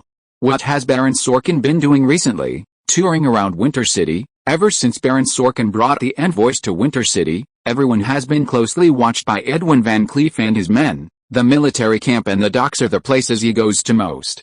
This Baron Willie Sorkin should not be a professional intelligence officer, but he has received some military training, so he pays more attention to military things. This is not surprising. It would be strange if people in this world did not look around curiously after coming to Winter City. Where are his men? Most of them are normal, Except for one person, Edwin Van Cleef tapped the frame of his glasses with his hand, and then an ray of light was emitted from the legs of the glasses, forming a clear holographic image in front of David. This person is a very ordinary guard of the envoys. After arriving in Winter City, he frequently came into contact with missionary Rains, someone from the temple, possibly. Do you know the specific content of their conversation? Here, Edwin Van Cleef took out a pen, fiddled with it, and then played a sound. After a brief conversation, he explained that the audio information had been obtained by someone lurking around Rains. Specifically, every area of the building Rains lived in was bugged. Even Rains himself was equipped with bugs, completely unaware of this. Even though he used magical items to block out the surrounding sound during the conversation, the devices still recorded the conversation. How? David couldn't help but laugh at Rains's predicament. Then, he discussed this information with Edwin, who also smiled. What do you think of this conversation between these two people? On the surface, the two seemed to be just chatting casually, but Van Cleef, with his professional training, had already deciphered several possible interpretations. After careful analysis, Van Cleef believed that Rains was expressing that his situation in Winterfell was not going well and requested more support from the temple. Chapter 294, Heading to the capital of Tiran again. Missionary Rains from the temple had been in Winterfell for quite some time, but his mission had made little progress. No matter how hard he tried, he couldn't gain a significant number of followers in this strange place. He'd exhausted all his resources, but so far, only 3 people had agreed to become temple followers. Indeed, after finally gaining a few followers, 2 had deserted due to a prolonged lack of progress. Rains didn't know that, as his intelligence was nearly exhausted and the Winterfell Intelligence Department's workload increased, those 2 had actually been withdrawn. According to the temple's original plan, missionaries were to recruit not only the common people but also the nobility, ideally converting local lords to the temple. However, since arriving in Winterfell, Rains had been unable to attract the attention of Lord David, Earl of Glamorgan, and he lacked a good excuse to approach him. Treating the Lord's illness? The Lord, barely over 20, was in excellent health. He'd never suffered a serious illness, let alone a bout of discomfort. He even considered poisoning the Lord, but upon learning of the existence of a power called the Holy Light in Winterfell, he knew this plan would fail. This was especially true after a conversation with the Holy Light Bishop, the elf Liadrin, who revealed that the Lord of Winterfell, Lord David Glamorgan, was himself a wielder of the Holy Light. It seemed that in Liadrin's eyes, Lord David was the embodiment of the Holy Light. While Rains dismissed the idea of the Holy Light as nonsense, believing that all other gods besides those worshipped by the temple were false gods, he was certain that Lord Glamorgan possessed mystical powers and considerable strength. Furthermore, the Holy Light's ability to heal and detoxify meant that the poisoning plan was abandoned almost immediately. He also considered the harem route, but Lord David Glamorgan, like most young nobles, was a playboy, engaging in ambiguous relationships with numerous women. This seemed the most reliable option. However, after a period of careful and thorough investigation, Rains discovered that Lord Glamorgan's confidants were just as difficult to approach as Lord Glamorgan himself. After 6 months of toiling with no results, Rains began to seriously doubt his own abilities. Receiving a call to cooperate with the temple's operations was a truly difficult task. He simply couldn't cooperate. He veiled his complaints to his contact and requested more support. Rains believed that if the temple truly wanted to establish influence in the northern plains, the best way would be to win over the Earl of Glamorgan, Lord of Winter City. If the Lord of Winter City recognized the temple could easily conquer the entire north. During his time in Winter City, he had already discerned its strength. As long as its population continued to grow steadily, Winter City's influence would continue to rise, until the entire north bowed to Earl Glamorgan's feet. Even the entire kingdom of Tiran could be swallowed up by Winter City. At that time, perhaps the temple will be able to ride on this cold wind from the north and shine the glory of the gods across the entire continent of Brunia. Rains fantasized for a moment, then quickly returned to reality. However, achieving this will probably be difficult. Not far away, Wilcox, who was sweeping the church, glanced in Rains' direction. He took note of the missionary's position, angle, and every little detail of his sunbathing movements, hoping to see if there were any hidden signals when he had the chance. David walked around. He hadn't handled any government affairs today. To be more precise, with the various orders issued, the various tasks officially underway, and each plan assigned a person in charge, David, the Lord, had become increasingly free. After reassurance that everything was okay, David went to greet Princess Sophia and asked her to pack her bags and prepare to depart. He then notified Tony, Gina, Sylvanus, Medivh, and the others. David was slightly surprised when Medivh said he would not be traveling with him. He planned to go out on his own and explore the various places on the continent called Brunia. In this case, Gina, Sylvanus, Laura, and Sophia would be traveling with him. Plus, there were the ceremonial officer Elias, his personal knight Floyd, the escort RC, and Sophia's personal knight Magnolia. In addition, there were 10 winter knights and the envoys led by Baron Willie Sorkin. 3 Quinjets are more than enough. 3 Quinjets could easily accommodate the entire team heading to the capital, and there was even plenty of room left. Furthermore, a number of Cybertronian troops would be on standby in Winterfell. In case of an emergency, Mage Gina Proudmoore would have the opportunity to demonstrate her natural teleportation skills. First, teleport back to Winterfell, then teleport the assembled troops to the designated battlefield. Aren't you bringing a priest with you? You're coming too. Liandrin shook her head. She had to return to Quel'Thalas to recruit more priests and teach apprentices at the Cathedral of Light in Winterfell, so she couldn't get away. I think Caecilius is a very talented priest. Bringing him along could be helpful. Liandrin had recommended Caecilius, the foreign student, for the trip. Although David was a powerful light priest himself, the Lord couldn't be bothered with everything personally, could he? While the Order of Winter's long-term goal was for every knight to become a paladin or hunter, that wasn't the case yet. Only a handful of knights within the order had mastered the light or arcane arts. So, if a winter knight sustained a minor injury or illness while traveling, a common priest would be sufficient. Instead of bothering the Lord with such a minor matter, the knights themselves probably wouldn't dare ask. However, letting a minor injury or illness interfere with their work would seem foolish, so it was best to bring a priest along. Currently, the only outstanding priests in Winterfell, excluding David, were Liandrin and Sally Whitemane, followed by the foreign student Mordo and Caecilius. As mages skilled in harnessing mystical powers and possessing remarkable mastery of energy control, they could instantly become qualified priests if they understood and gained the Holy Light's approval. Recently, both men received the Holy Light's approval, officially becoming priests. Then take them along, David found intriguing. He observed Cassius, whose life, shaped by various strange influences, had completely changed. Besides Cassius, there was another familiar figure among the Winter Knights accompanying him. Brock Rumlow, also known as Crossbones. After arriving in Winterfell, Crossbones diligently improved himself and eventually infiltrated the Winter Knights. Floyd specifically brought him along on this trip, given his extensive special operations experience. Where's Tony? After finalizing the team roster for the trip to the capital, David noticed Tony hadn't responded yet, so he called him. Do you still want to go to the capital? Oh, I've thought about it carefully, and I'm not going. Tony had wanted to go, but then he remembered that if he went with David, there was a high probability he'd meet the King of Tiran. Wouldn't he have to pay his respects to His Majesty? Thinking it over, Tony decided he couldn't accept that situation, and he didn't think a few casual jokes could get away with it. Okay then, anyway, if I want to see it, I can always fly out and explore. As long as I don't fly into geosynchronous orbit, it'll be fine. He hadn't been sure before, but after David's previous experience, he was convinced that the interior of this world was safe enough that they could relax a bit, so Tony wasn't out of things to do. Maybe by the time David returned from this trip, Tony would have come up with something new. After terminating communication and confirming Tony's departure, the team members for the trip to the capital were finalized.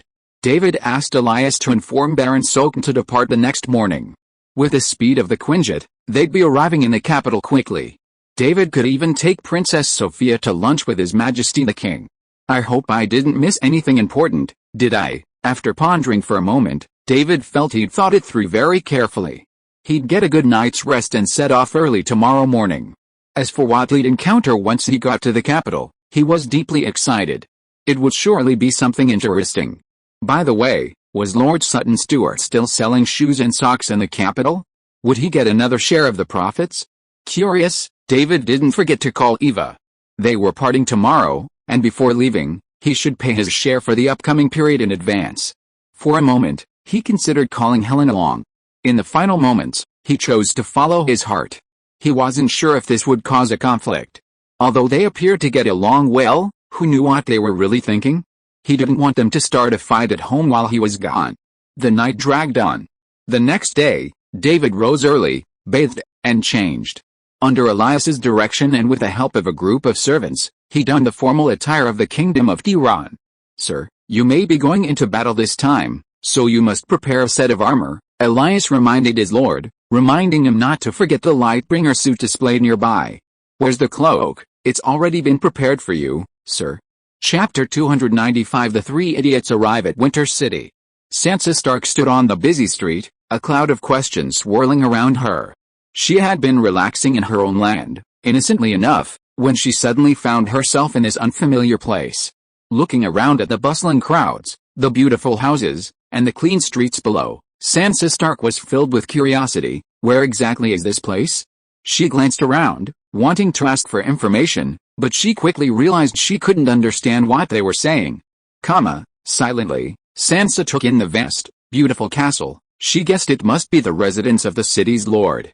Just as she was thinking this, a series of whistling sounds echoed through the air. She looked up and saw several large gray birds swiftly flying by. In the blink of an eye, they were far away, reduced to tiny black dots. What's that? Sansa hadn't yet realized why the miraculous bird was so swift when a cart, unaided and unrestrained, sped down the wide street beside her. It shone with a constant red and blue light and emitted a shrill whirring sound. Just as she was about to take a closer look, it suddenly stopped by the curb. Then, several men in uniform escorted a man, who was still shouting, and forced him into the cart, offering him a round of beatings and enthusiastic congratulations. Sansa was terrified by the scene, worried that if she was discovered to be abnormal, she would be arrested in the same way. She instinctively took 2 steps back, accidentally bumping into someone. She instinctively turned around to apologize, but only realized after she spoke that she didn't understand the language of this world.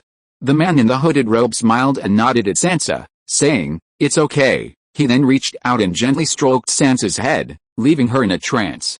When she came to her senses, the man had vanished, and she had no idea how long she'd been standing there. She glanced around, probably only briefly, unnoticed. Then something magical happened. Sansa suddenly began to understand what was being said. "What's going on?" Scratching her head, Sansa, still a young girl, couldn't fathom what was happening. But now that she could understand what was being said, the fear of being in an unfamiliar environment subsided considerably. Walking down the street, Sansa kept glancing at the shops. Not only could she understand what was being said, she could even read the signs. Petunia Blossoms, it sounded like a strange name, but Sansa noticed many women entering the shop, and curiosity piqued her interest. Inside, she saw numerous mannequins dressed in strange clothes and dresses, and a wall covered in shoes. Sansa, having never seen so many beautiful clothes before, was immediately captivated. Her eyes darted from one outfit to the next, occasionally glancing at the strange shoes. If she hadn't seen someone walking around in shoes with such slender heels, she wouldn't have believed they were shoes. Walking further into the store, Sansa came across some more strange models. What looked like human legs. But they were covered in something. A furtive glance around revealed the truth. They looked like socks. But what could such a thin layer of socks be used for? She reached out and gently touched them. The silky texture made Sansa curious. What would they feel like on her feet? And what about all the strange, yet beautiful, clothes and dresses around her? She wondered what they were made of, and why had she never seen them in the north?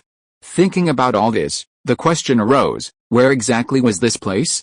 Walking around Petunia Blossom's boutique, Sansa noticed that many people were paying with a strange currency. She wondered if her own money would be accepted here, but she didn't have any cash on her. After exiting the boutique, Sansa noticed a disturbance nearby. This time, she could understand what was being said. It turned out that 2 thugs had harassed a young woman who was shopping, only to be beaten up. Quietly listening to the conversation, Sansa learned a great deal. This city was called Winterfell. The thugs were recent forced immigrants, young and strong, but unwilling to find work. They spent their days wandering the city. Ever since they discovered Penny Bloom's boutique, they've been lurking there, harassing her with obscenities and, in some cases, even physically assaulting her. Because of this, the area in front of Penny Bloom's boutique has been a frequent source of public security problems lately, and the sheriff is said to have stationed officers on the street. However, before the officers could intervene, The two thugs were beaten up by a passing young woman. Hearing this, Sansa couldn't help but move forward, wanting to see what the girl who could defeat two men looked like. She imagined she must be a very strong female warrior. When she got a closer look at the girl in the crowd, she discovered she was a young woman, shorter than herself, with short blonde hair. Judging from her appearance, she couldn't have been more than a few years older than herself, and with her sweet features, she seemed nothing like the character for a warrior. But the short-haired girl easily twisted one man's arm behind his back, forcing him to his knees and scream. Another man collapsed to the ground, clutching his stomach and hunched over. "Apologize to the young lady you offended. Be gentler, I'll apologize immediately." "I'm sorry." Watching this scene, Sansa was simply struck by how impressive it was. She stood aside, silently watching the excitement. Even after the incident was over and the onlookers had dispersed, she didn't react and continued to follow the short-haired girl. It wasn't until she suddenly turned and walked towards her that Sansa realized her behavior was inappropriate. "Why are you following me?" Sansa knew she could understand and read this language she had never encountered before, but she had never tried speaking it. After a long stutter, she finally uttered a complete sentence, "I don't know where to go either." So, just as the atmosphere was becoming awkward, Sansa's stomach, willingly, helped to brighten the mood. Gurgle, the short-haired woman looked at the girl, who was much taller than her and whose face was increasingly red. Realizing that the girl in front of her did not mean any harm, she introduced herself. "My name is Shirley Birkin, you can call me Shirley." "Sansa Stark." Shirley sized the girl up. Could this be a relative of the chief advisor of Winterfell? However, Shirley didn't dwell on the question and invited Sansa to dine with her. Sansa was worried about disturbing them, but she was extremely hungry and had no money on her, so she accepted the invitation. After walking along the main road for a while, Sansa turned into a side street. As she followed Shirley, Sansa kept glancing around curiously. Shirley couldn't help but notice her movements. "Are you new to Winterfell?" "Yes. I just got here today." No wonder, Shirley had been in the same mood at first, finding everything new and exciting. In her first few days here, she'd wandered around every day, and after a day of wandering, her neck was the most sore. He led Sansa to a restaurant she frequented and found an empty table. "The food here is cheap and plentiful, and they have some specials. I love this restaurant." As Sansa listened to Shirley's words, she marveled at the spotless, bright, and airy interior. She had never seen a place so bright. And, weren't the tables and chairs so clean? Could this restaurant cater exclusively to the nobility? "What do you want to eat? You should choose for me." "Okay." Thinking Sansa had only just arrived in Winterfell today, it was hard for her to understand what was available. Shirley ordered a few dishes, only asking Sansa at the end, "Would you like it with bread or rice?" "Bread." While waiting for their meal, the two chatted briefly. Only then did Shirley realize that Sansa was only 13 years old. She was surprised that this girl, who was much taller than her, was only 13, and speechless that she had inadvertently become a child abductor. "Your family must be worried, right? I'll take you home after dinner. Do you remember where your family is being housed?" If she had only just arrived in Winterfell today, she would probably be living in housing provided by the government. Sansa didn't answer. She didn't know how to answer this question. She didn't even know how she had even arrived in Winterfell. Sansa, previously absorbed in all the novelty, finally thought of the question, what if she couldn't go back? Seeing the panic on Sansa's face, Shirley immediately comforted her. "Don't worry, even if you can't remember, it's okay. We can go to the government building and ask around. We'll definitely find your family." As David was leaving Winterfell for the capital in Quinjet, he suddenly received a message from Medivh. It wasn't anything important, just a reminder that he'd encountered a seemingly new alien visitor before leaving Winterfell, and the message contained an image of Sansa Stark. "I used a little trick to get her to learn the common tongue of Brunnian. She should be visiting your territory now." Chapter 296 Feeling Fat. Looking at the little girl in the image, David's increasingly sharp memory quickly pinpointed her identity. It was clearly Sansa Stark, the Stark known as the Three Idiots. Goodness! Are you even putting up a new banner before you leave? Regardless, now that they were here, the necessary procedures had to be followed. Since he was on the plane, Eva had to explain all the basics to Sansa Stark. In fact, even if he stayed in Winterfell, Eva would have done the job. Sansa was just a little girl, and having a woman explain things to her would help her put her guard down more quickly. Is this someone new? David's movements were discreet, and as a lord, no one would deliberately eavesdrop on his conversations. But Laura was right next to him, so she still saw everything clearly. What's your background? It wasn't just Laura. Many in Winterfell had a common understanding. If you didn't know the identity of a new person, just ask David directly. He was likely to be able to give a reliable answer right away. The eldest daughter of Eddard Stark, Lord of Winterfell and Lord of the North of Westeros, Laura was stunned for a few seconds after hearing this, then began to grumble. What an interesting identity. Luckily, Winterfell and Winterfell aren't homophones in the common tongue of Brunnian, otherwise it would have been even more interesting. Laura then asked David what information she should search for to better understand this newcomer, and she came up with the title of a novel. Got it. The Quinjet flew through the sky at high speed, the scenery shifting rapidly. Soon, they saw the capital of Tiran appear on the horizon, rapidly approaching. Almost there, David signaled to Floyd, alerting Baron Thorkin, who was in another Quinjet. They had arrived at Tiran's capital and were about to land in the open space in front of the castle fortress gates. He told Baron Thorkin to prepare. David stood up, adjusted his formal attire, and glanced at Princess Sophia, who had been standing next to the pilot's seat, perpetually peeking out. Your Highness, we're preparing to land. Oh, Princess Sophia knew there wasn't much to see next, so she quickly checked her attire and appearance to avoid being scolded by her father and mother. What are the arrangements after landing? Laura glanced at the people around her. The Quinjet was mainly occupied by David, Laura herself, Princess Sophia, and her personal guards, Magnolia, Sylvanus, Jaina, and Floyd. Elias accompanied Baron Sokn in another Quinjet, and another Quinjet was occupied by soldiers of the Winter Knights and Reverend Caecilius.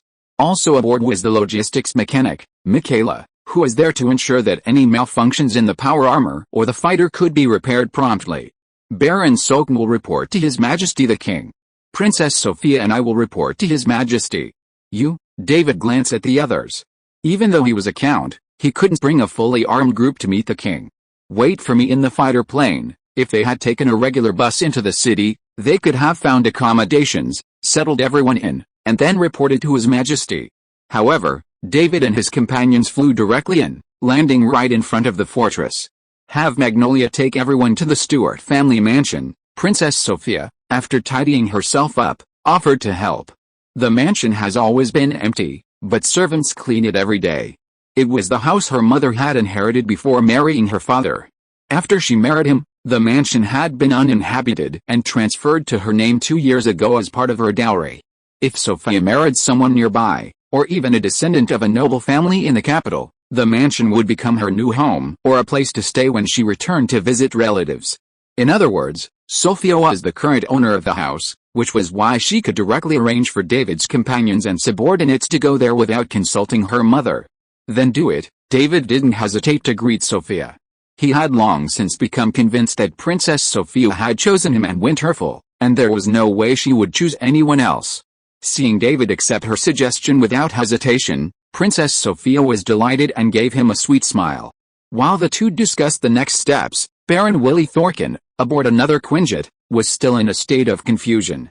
Upon learning that the Earl of Glamorgan had confirmed his departure date, he was delighted to finally enjoy a soft, comfortable bed and a good night's sleep.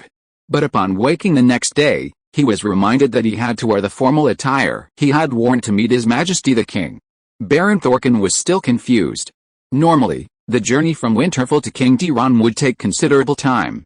While it wasn't winter, he certainly couldn't wear formal attire when sleeping outdoors. However, Elias Parker, the ceremonial officer of Winter City, made a formal request, telling him, if all goes well, you'll be in the royal city before noon to meet His Majesty the King. This left him bewildered, wondering if Winter City had some kind of teleportation magic that could allow them to reach the capital quickly. Unexpectedly, after he had dressed and prepared, the Earl of Glamorgan of Winter City led them to the winter camp. What was he planning? Baron Thorkin felt a cold sweat break out on his back, fearing that the Lord of Winter City was planning to use him as a sacrifice. Fortunately, what happened next wasn't that dire. He simply followed Elias, the ceremonial officer, into the belly of a giant gray metal bird. Glancing to the side, he saw the Earl of Glamorgan also board one of the metal birds, and he felt relieved. This seemed to be one of Winter City's special vehicles. He thought of the flying dragons mentioned in the intelligence, but he had no idea that this thing could also carry people. After boarding the giant bird known as the Quinjet, Baron Soken experienced no discomfort, save for a slight initial discomfort during takeoff. He could even step into the unoccupied cockpit and gaze through the glass at the scenery whizzing by.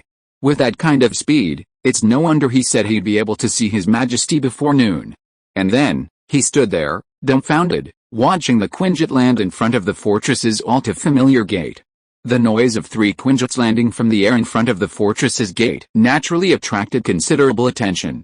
By the time the Quinjet doors had stabilized, opened, and several heavily armored warriors emerged, the already encircled Tiran soldiers, armed with bows and crossbows, were about to launch an attack. Fortunately, the royal guards guarding the main gate recognized Princess Sophia and Baron Willie Lycan and stopped his men. "Hold your guns. Stand guard." After confirming that these men were Baron Glamorgan and his winter knights from the north, the knights in charge ordered their soldiers to sheathe their weapons. "My apologies, Your Highness," the knights had nothing to apologize for regarding Earl Glamorgan and Baron Sorkin. "Who told you to ride such a vehicle to the fortress gates without even a word?" But the princess's situation was different. She was returning home, after all. "No problem," the knights ordered their soldiers back to their posts, then glanced at the 3 giant gray birds that had retaken the sky, and the giant pink bird that had been circling. By the time the knights recovered, Your Highness, Lord Glamorgan, and Baron Sorkin had already entered the fortress. The heavily armored knights, their heavily veiled armor cloaking with every step, had already retreated into the distance. Swallowing silently, he doubted whether he and his men could withstand the onslaught of these heavily armored knights. How strong a warrior would it take to move so freely in such heavy armor? And what about the giant bird that could carry so many men? These men had come from the northernmost reaches of the Kingdom of Tiran, yet they had arrived before many lords, demonstrating the bird's speed. If only the royal guards had a bird like this, if only the capital had a Quinjet. Sophia and the royal guards shared similar thoughts. That way, my mother could visit me at Winterfell anytime. If His Majesty desires it, David was willing to give it to him, but he was worried the king wouldn't dare ride it. Sophia thought of her uncle, the Earl of Sutton Stuart. He'd probably want one too, but don't give it away for free, let him buy it. Was this for his uncle's sake? Or was he helping David cheat his family? For a moment, David couldn't decide which answer was right. Just then, the royal capital's etiquette officer arrived to inform David that the king had ordered the Earl of Glamorgan and Princess Sophia to wait in the back garden, and that the king would arrive later. "I'll take you there." Sophia, of course, knew the way to the back garden and needed no etiquette officer to lead her. She led David to the spot on her own. Sophia's mother, Rosie Stuart, the current queen of the Kingdom of Tiran, was waiting for her daughter in the back garden. The two of them first embraced joyfully, and then Rosie cupped her daughter's face and examined her closely, as if to see if she had suffered any hardship. After all, Winter City, located on the northernmost border of the Kingdom of Tiran, was not a pleasant place. Even though countless people had told her that Winter City was well built by the Earl of Glamorgan and that many of its facilities were even better than those in the royal capital, she still wanted to see it herself to believe it. "It seems you're doing well in Winter City. You've gained weight." Chapter 297. I don't know if it counts as a family lunch. Rosie Stuart cradled her daughter, glancing at the maid beside her. The action was subtle, but David couldn't escape his notice. Even as the maid placed drinks and fruit pastries for David, blocking his view, he could still see the maid gently shake her head at the queen. Rosie seemed to breathe a sigh of relief, then whispered something in her daughter's ear, causing Sophia's face to flush. David hadn't meant to eavesdrop, but his perception was so sharp now that, at such close range, even a low voice wouldn't have helped. "During your time in Winterfell, did David treat you?" "No, really, could it be that this David doesn't like our Sophia, Mom?" David carefully examined the fruit before him, pretending he hadn't heard anything. Queen Rosie Stuart soon finished exchanging pleasantries with her daughter, reassured that she was not suffering and was living happily in Winterfell. She also noticed that Lord David, standing beside her, looked much more pleasing to the eye. "You've reached the capital so quickly. Lord Glamorgan must have had a tough journey," the Queen said, as Sophia leaned over to her mother's ear to explain. Rosie was astonished. She couldn't imagine what a giant metal bird looked like, and how it could have flown from the far reaches of the northern plains to the capital of the Kingdom of Tiran in less than half a day. Sophia began describing the wonders of Winterfell to her mother, her face filled with wonder. David continued to quietly sculpt nearby. This continued until King Abelson arrived. A simple greeting followed by some pleasantries between father and daughter, while David continued to sculpt. It was only after the same routine was repeated that the king finally remembered David was sitting next to him. The Earl of Glamorgan has arrived so quickly. Whatever the reason, the king was naturally delighted that David, the most remote lord of the Kingdom of Tiran, had arrived so quickly after his summons had been issued. Regardless of the mysteries and unexplained secrets of Winter City, David Glamorgan's current attitude showed the new Earl respect for the Kingdom of Tiran and His Majesty, the King. It was no wonder he had sent his precious daughter to Winter City. Abelson was in high spirits and invited David to stay for lunch. After a brief chat with Sophia, he even said, "We're all family." Abelson, having been king for so many years, had extensive experience in observing and deciphering others' true intentions. Although he hadn't explicitly asked his daughter's opinion, after observing her for a while and chatting briefly, he knew she had already set her sights on the Earl of Glamorgan. Sophia's direct arrival at the capital and the placement of Glamorgan's men in the Stuart family mansion indicated the Earl had no objection to marrying his daughter. In other words, it was only a matter of time before Glamorgan became his son-in-law. Moreover, like many ordinary parents, Abelson worried his daughter might be at a disadvantage. During the small talk, he took a moment to glance at his wife, and the tacit understanding they had cultivated over the years immediately reassured him. Meanwhile, he internally wondered, is my daughter so unattractive? This David hasn't done anything. Didn't the intelligence report suggest this young man had a vibrant private life? Was it simply too much? He could only interpret this as a young man who, while philandering, knew his limits and understood what was acceptable and unacceptable. This further strengthened Abelson's opinion of David, and he began to consider whether to allow Earl David of Glamorgan to reside permanently in the capital once the northern plains were stabilized. Is the orc threat in the northern plains still serious? With this thought in mind, Abelson began to inquire about the orcs, wanting to know the extent of the war between Winter City and the orcs. I heard that Winter City recently sent almost its entire army to engage in a major battle with the orcs. David had not reported this battle to the capital, meaning that Abelson had obtained the information from other sources. This did not surprise David. He even knew that intelligence officers from the Tiran capital were seeking to join the Winter Knights, and these individuals were generally on the Winter City Intelligence Department's surveillance list. Winter City's army is conducting a thorough cleanup of the orcs in the northern plains, with the Winter Knights and Quinjet already deployed. David had no need to hide any further, he could show off his strength. Oh. Once the orcs are wiped out, does the Earl of Glamorgan have a detailed plan for the development of the northern plains? I haven't considered the details yet, but we could build a port city in the easternmost part of the northern plains. David would definitely build a city there. The access to the sea alone was enough to convince him to build a city there. A port? Abelson hadn't known that the Winter River beside Winter City also led to the sea. This showed that Winter City's upper echelons were maintaining a tight information blockade, and the fact that the Winter River could reach the sea was still known only to the top brass. It seems the Kingdom of Tiran will finally gain its first seaport. Tiran, a landlocked kingdom, had never had access to the sea. It once had the opportunity to annex part of the Satarunma Empire and thus gain a stretch of coastline, but was ultimately driven back inland by the Satarunma Empire. This incident occurred during the reign of Abelson's father, so he had a certain obsession with seaports. Abelson then asked how many men David had brought to the capital. Upon learning that David had brought 10 Winter Knights, Abelson expressed great interest. I've heard from Sutton about the might of the Winter Knights.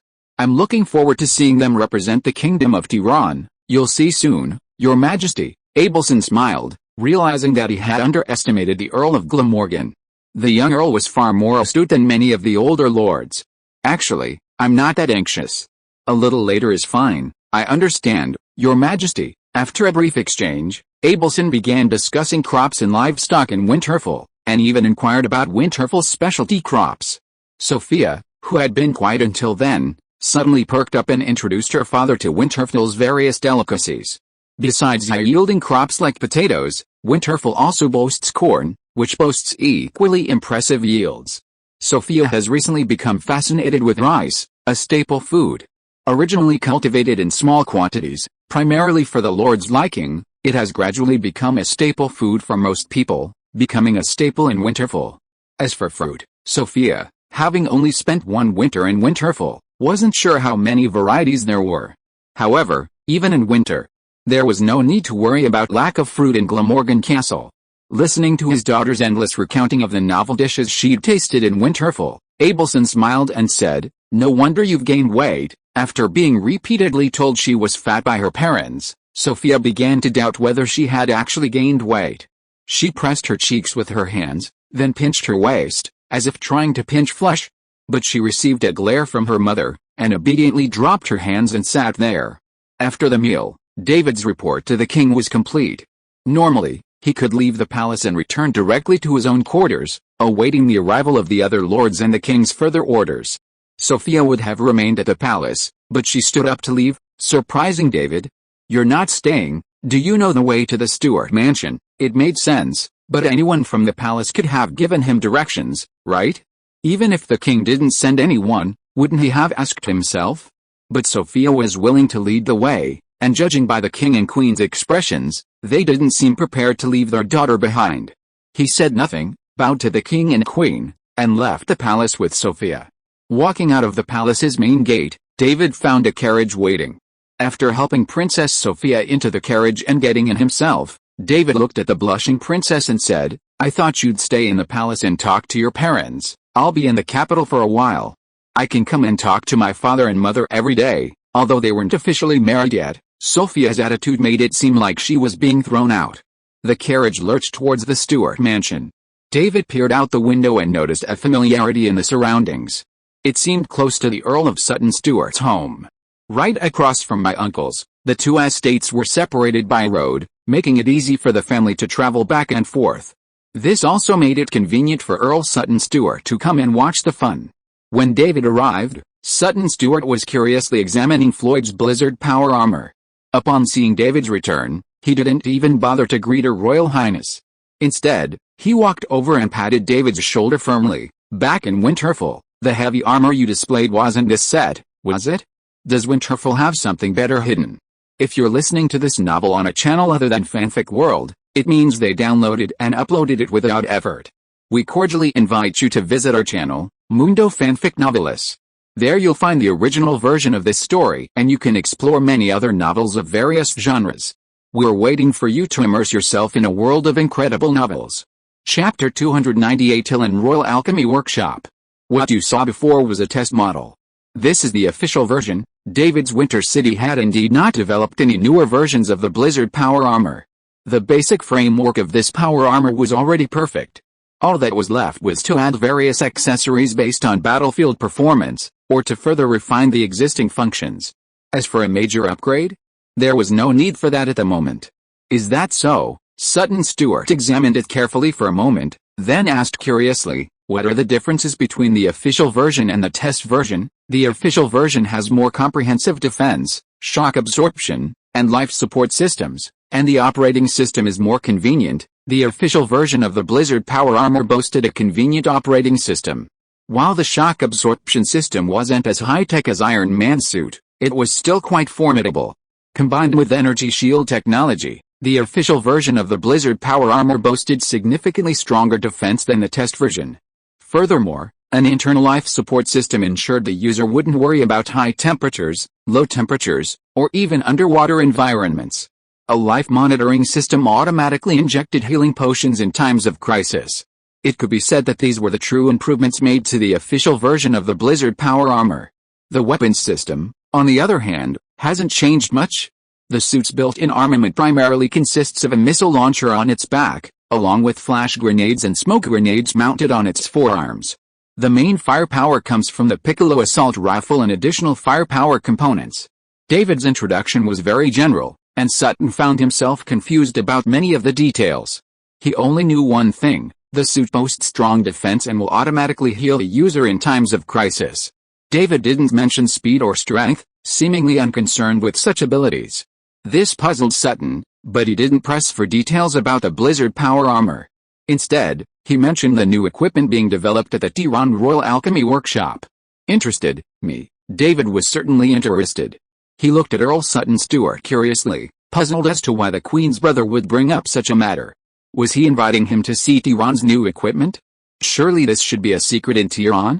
I'm certainly interested, but those things can't be viewed casually, right? Others can't, of course, but you're different. Sutton glanced at Sophia, who was standing beside David. His niece seemed quite fond of this young man. After returning to the royal city with David, she had immediately relocated David and his staff to the old mansion. Even Miss Laura Croft, with whom David had a flirtation, was relocated to the old mansion. Wasn't his niece being too generous?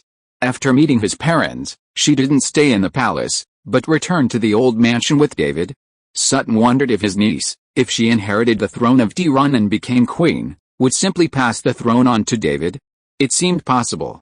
Regardless, Earl David Glamorgan was now considered one of their own, and his early arrival in the Tiran capital was a sign of support for the current king, naturally granting him certain privileges. Furthermore, Sutton wanted to confirm something through David's reaction. This last thought didn't need to be spoken, but he believed David could guess it. I'm indeed interested. When can we go see it? Right now, if you don't need to rest. Sutton knew that David and his group had arrived in the capital aboard a Quinjet.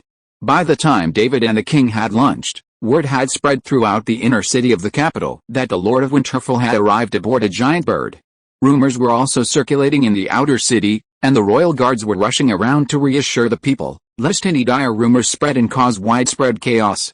By the way, where are the Quinjets you arrived in parked? David couldn't answer, so he turned to Floyd, letting his own night guard answer the question. They're parked in the garden of this mansion. How convenient. While chatting with David, he instructed his servants to prepare carriages. Soon, David, Sophia, Laura, Sylvanus, Gina, and a large group of people boarded several carriages prepared by Earl Sutton Stewart. Together with their guards and servants, they formed a mighty convoy and drove to the Royal Alchemy Workshop. In the carriage, Earl Sutton Stewart gave David a brief introduction to the Tiran Royal Alchemy Workshop. Although it sounds like a single department, the Tiran Royal Alchemy Workshop is actually composed of several independent departments, each with its own offices, experiments, and manufacturing facilities. This time, they were heading to the Royal Alchemy Workshop's weapons department, which specializes in the research and development and testing of weapons and equipment. While relatively remote, it wasn't too far from the Tiran military camp and had ample open space for various tests. Instead of taking David to see how the equipment was manufactured, Sutton Stewart took him directly to the testing grounds. The Alchemy Workshop's director had been notified in advance, and preparations had been made. When David and the others arrived, several sets of armor, far more ornate than those currently worn by the Tiran Knights, were already laid out.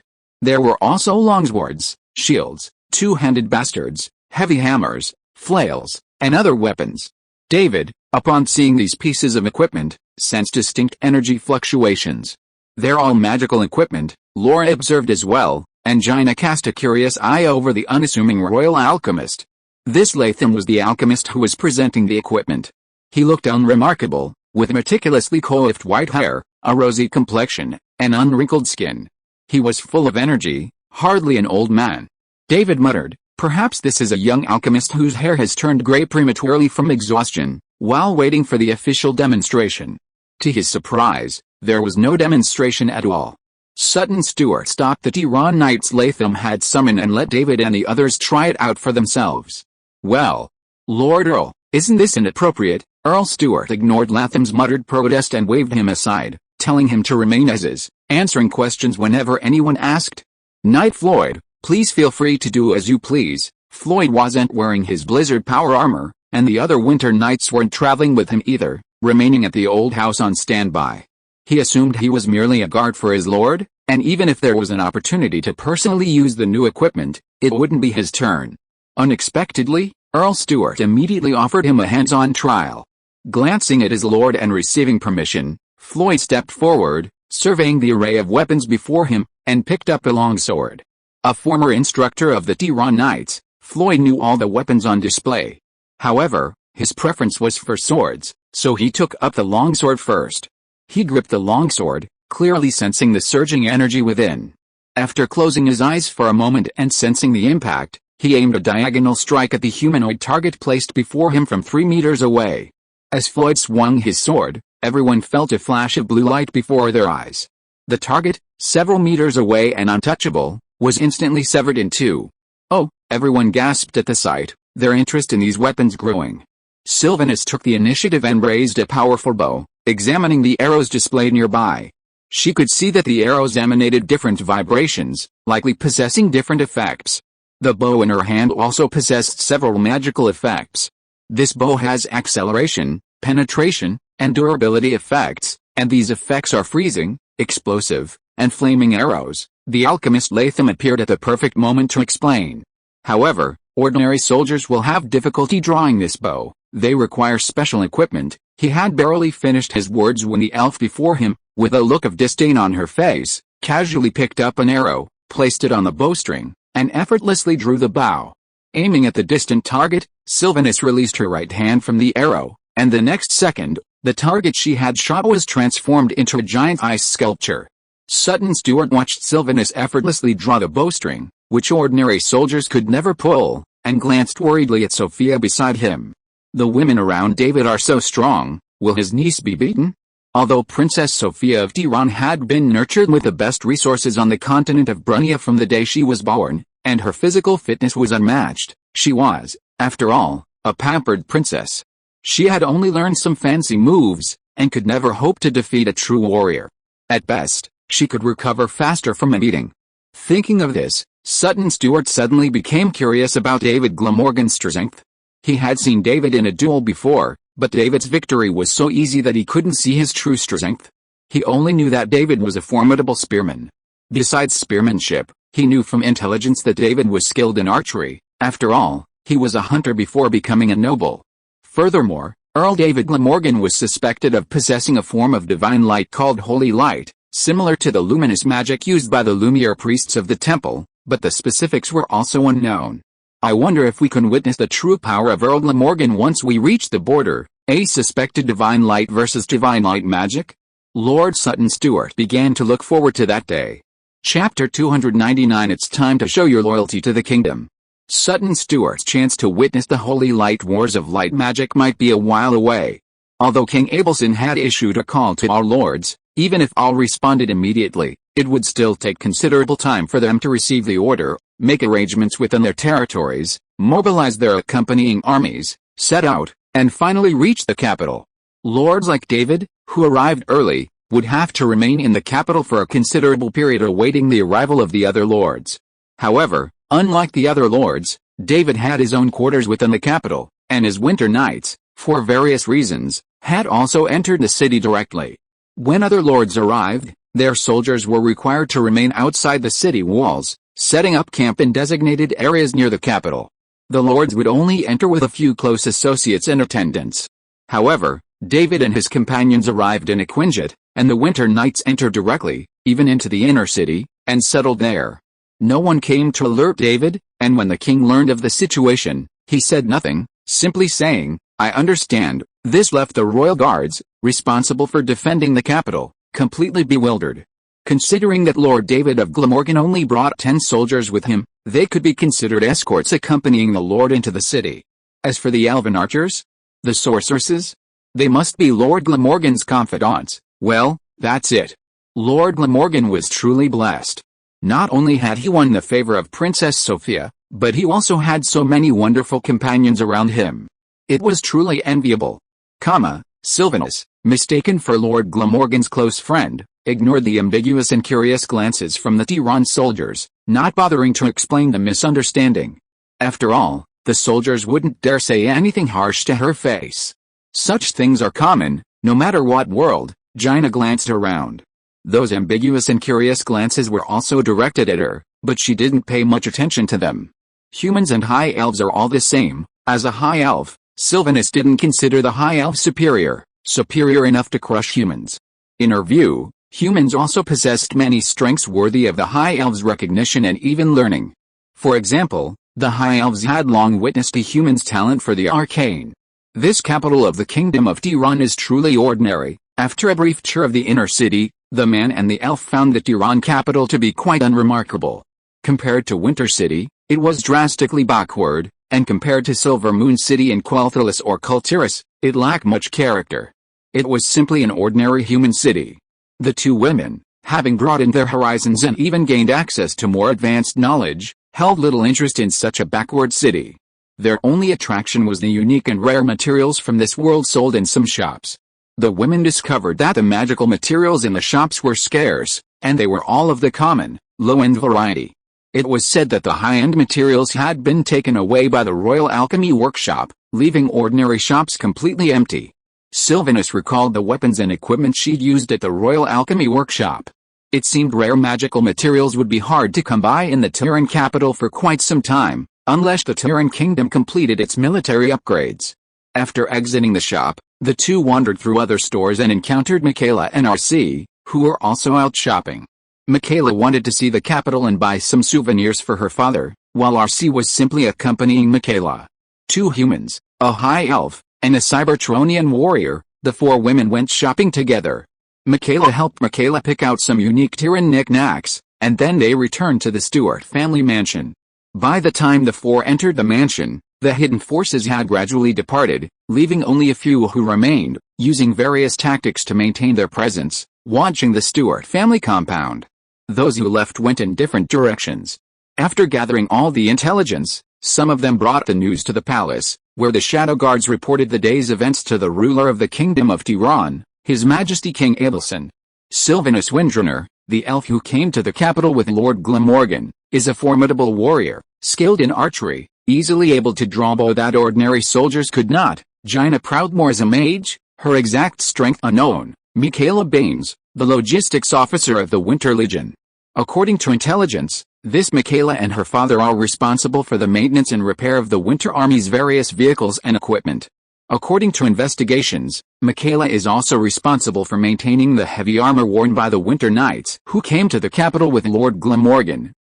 Abelson, who hadn't paid much attention to female elven warriors and mages, suddenly became interested. This Michaela seemed like a talent. After all, female elven archers aren't exactly rare, and female mages are even more common. However, those who possess the powerful secrets of the Winter Knights are many times more valuable than mere archers and mages. If this Michaela wasn't one of David's subordinates, he would have already ordered an attempt to poach her. RC is a Cybertronian with shape-shifting abilities similar to those of a druid. The pink fighter jet that flew with the three Quinjets earlier was transformed by this RC, Cybertronian. This wasn't the first time the term Cybertronian had appeared in intelligence regarding Winter City. Abelson and the Kingdom of Tiran still knew little about this mysterious race. Currently, it was known that Winter City had a large Cybertronian population. It was said that after their homeland was destroyed by disaster, their entire tribe searched far and wide for a new home, eventually settling in Winter City. Winter City was home to numerous Cybertronians, who typically appeared as massive metal giants. It was said that the rapid construction of Winter City was due to the help of Cybertronians. The intelligence described Cybertronians as nearly 10 meters tall, with some even over 3 meters tall. What was going on with RC? No matter how you look at it, this RC was human, right? It seems this Cybertronian named RC possesses the ability to transform into human form. Abelson remained silent, looking at the Shadow Guard reporting to him. A sudden thought occurred to him. Could these Cybertronians be used by the Tiran royal family? After losing their homeland, Cybertronians could choose to live in Winter City or in the Tiran capital. If they were willing, Abelson would be happy to set aside a piece of land as a new home for the Cybertronians. He even suspected that Cybertronians had played a significant role in Winter City's success, especially the heavy armor called Blizzard Power Armor, which looked very Cybertronian. Perhaps it was made by Cybertronians for David. There was no rush, and Abelson didn't want to use drastic measures to anger David. In reality, his plan was quite modest. After suppressing the rebellion and the potential border war, he would urge Earl David of Glamorgan to marry his daughter, Sophia, as soon as possible. He would then assign Earl David of Glamorgan to handle the war on the northern plains, and then, using the opportunity of a reward, allow David to remain in the capital to assist him. With David in the capital, Winterfell's resources would naturally be at his disposal. He saw nothing wrong with this. David had sworn allegiance to him, and Winterfell was his direct territory. This was also a major reason why Abelson, despite being aware of Winterfell's many anomalies, had allowed them to remain untouched. As long as his territory was well governed, he would only be pleased, not inappropriate. He also didn't expect David to be dissatisfied and refuse to come to the capital. Abelson planned to grant David ample power, believing that David's arrival in the capital would provide him with a greater platform, and he looked forward to the surprises he would bring. Who else is keeping an eye on the Earl of Glamorgan's companions today? After a moment's deliberation, Abelson stopped asking David about his companions and instead inquired about the other spies. These spies, representing various factions within the capital, were also being monitored by Tiran's shadow guards. The number of scouts has decreased significantly compared to a few days ago. The remaining spies are primarily from a few families. The shadow guards reported the names of these families to His Majesty. Upon hearing the names of several of them, Abelson snorted softly. He was already growing annoyed by their covert maneuvers. He planned to bring along the heads and first heirs of these families on this expedition. It was time for them to demonstrate their loyalty to the kingdom. However, when writing the list of loyal martyrs of the kingdom, Abelson still appropriately crossed out a few names, mainly those from families with only one heir. This is the first heir to the Kingdom of Tiran, His Royal Highness Prince Granville Tiran. With the introduction of Earl Sutton Stewart, David learned that this man who suddenly came over, who looked very much like a younger version of Abelson, but always had a cold face and looked very majestic, was Sophia's eldest brother. "It's an honor to meet you, Your Highness." "It's also an honor to meet you, Earl of Glamorgan." Prince Granville always maintained a serious expression, and his cold face that kept strangers away was now filled with obvious dissatisfaction. "As Sophia's brother, it is necessary to remind Earl of Glamorgan that your living here is not in compliance with the regulations and is also a very disrespectful behavior." Chapter 300 The Heirs of the Tilan Kingdom. His Royal Highness Prince Granville believed that David's move into Princess Sophia's home without a marriage was a grave disgrace to his sister. Even though the entire nation knew that the Earl of Glamorgan was Princess Sophia's fiancé, such behavior was highly inappropriate. Watching Prince Granville express his displeasure with him and then sternly reprimand his sister, Sophia, David discerned His Royal Highness's character. His Royal Highness Prince Granville takes this matter very seriously. So upon returning to the capital, upon hearing that Princess Sophia had invited you to live in the old house, he came straight here, Sutton whispered to David, introducing the prince and admitting that his relationship with his nephew was notoriously difficult. Earl Sutton Stewart was a renowned playboy in the capital, spending his days studying irrelevant subjects. Even his elders were never treated kindly by Prince Granville. "Just returned to the capital? As the first heir to the kingdom, you're not even staying in the city?" Following Sutton's introduction, David learned that this prince, known for his seriousness, propriety, and fairness, and his refusal to indulge in pleasure, frequently traveled to various parts of the kingdom to observe local conditions, earning him a high reputation among all classes. It could be said that Prince Granville's position as heir to the throne was secure. His younger brother, Felix Tilan, seemed to know he couldn't compete with his elder brother and had recently indulged in pleasure, seemingly aiming to emulate his uncle, Earl Sutton Stewart. As for the other princess, Sophia's older sister, Lana, she had married off to the south a few years ago, becoming the wife of Marcus Otto, lord of the most important southern city, White Rock City. She seemed to have never been in the line of succession. While Sophia was being reprimanded by her elder brother and completely withered, David gained a general understanding of the princes and princesses. Speaking of which, before today, he had never paid much attention to the Tilan kingdom's heirs. After all, he had always been isolated from the core of the Tiran kingdom, his territory located in its most remote region, and he himself had never paid attention to such information. If it weren't for Abelson's sudden desire to marry his youngest daughter, Sophia, to David, and his early dispatch of Sophia to Winterfell, and then Sophia's subsequent arrival at the Stewart family mansion, where she brought him to the eldest prince, he might still have been completely unaware of the Tiran kingdom's succession situation. Seeing David's expression, Sutton had several theories. Either David truly had no interest in the Tiran kingdom throne, so he simply didn't bother to consider the line of succession. Even as Princess Sophia's fiancé, he hadn't considered the possibility of claiming the position himself. Or, David was completely confident in his own abilities, believing that with his immense strength, whoever held the throne would ultimately bow to him, and therefore had no need to seek such information. Furthermore, David might not have placed that much importance on Princess Sophia. As a playboy, Sutton Stewart understood this situation best. He didn't care, so he had no interest in understanding. He treated his prey with a similar attitude. This led to another implication: David remained loyal to the Kingdom of Tiran, or rather, His Majesty Abelson, for now. as he hadn't refused to marry the princess based on personal preferences. Meanwhile, after reprimanding his sister and making her realize her mistake, Prince Granville approached David again and earnestly suggested that the Earl of Glamorgan and his men vacate the Stuart family mansion as soon as possible. Before David could speak, Earl Sutton Stuart rejected the prince's suggestion on his behalf. He offered a compelling reason. Earl David had been living in the mansion for quite some time, and nearly everyone in the capital knew of his residence. Was he trying to tell everyone in the capital that the Earl of Glamorgan and Princess Sophia were having a falling out by expelling him now? Prince Granville's expression was as grimacing as it could be. He realized that his disliked uncle had a point. If this were to happen, the rumors would likely spread even more, and his sister's reputation would be further damaged. Maintaining the status quo is the most correct option at this moment. It proves that the relationship between the Earl of Glamorgan and Her Royal Highness is stable. Prince Granville's mouth twitched, especially when he saw that his sister not only didn't realize she had made a big mistake, but was actually laughing beside him.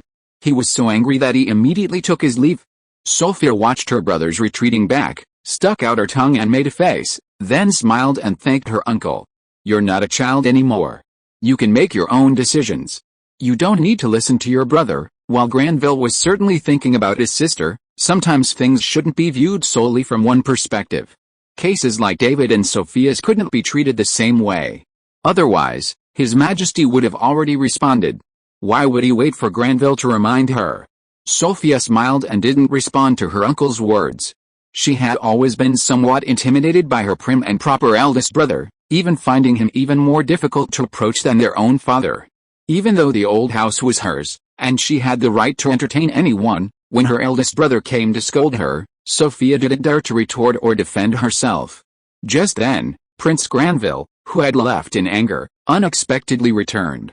However, he wasn't alone. He was accompanied by Queen Rosie Stuart and another man who was clearly several years younger than Granville. He bore some resemblance to Abelson, but more closely resembled Queen Rosie Stuart. David, needing no introduction, could already guess that this man was Felix Dillon, the second prince of the Dillon kingdom. In contrast to the eldest prince's perpetually stern expression, the second prince, Felix, always wore a faint smile. His demeanor was somewhat similar to Sutton Stuart's, yet distinctly different. David was still wondering what the specific difference was when he noticed the second prince's eyes darting around. They lit up when he saw Sylvanus, then flickered to RC and Laura, both nearby. Seeing this, David knew what kind of pleasures the second prince indulged in. His demeanor seemed even more unabashedly extravagant than his uncle, the kind he didn't try to hide. With that kind of status and demeanor, if he were in a novel or film, he'd be a stepping stone for the protagonist to show off. If he'd encountered someone like that in normal times, would David have to seriously consider how harshly to punish him? Now, he didn't have to worry about that. No matter how unreliable this prince was, he wouldn't do anything out of character in front of his mother, uncle, brother, or sister. David's judgment was spot on. Aside from those random glances, Prince Felix remained quiet, barely exchanging a single word with David beyond the initial greeting. He was chatting animatedly with his younger sister, deeply concerned about Sophia, who was about to marry off to the northern border, worried that she wasn't getting enough to eat or wear. Only after confirming that Sophia had enjoyed a wealth of delicious new treats in Winterfell did he jokingly tease her, "It seems you're having a good time over there. You've gained weight." Sophia clenched her fist in disapproval. Why did everyone she met tell her family she'd gained weight? Just as she was beginning to worry if she'd really gained weight and if David wouldn't like it, her older brother, who only cared about scolding her, said, "Sophia, you need to watch your diet. As a princess of the Tiran kingdom, your words, actions, and appearance reflect more than just yourself.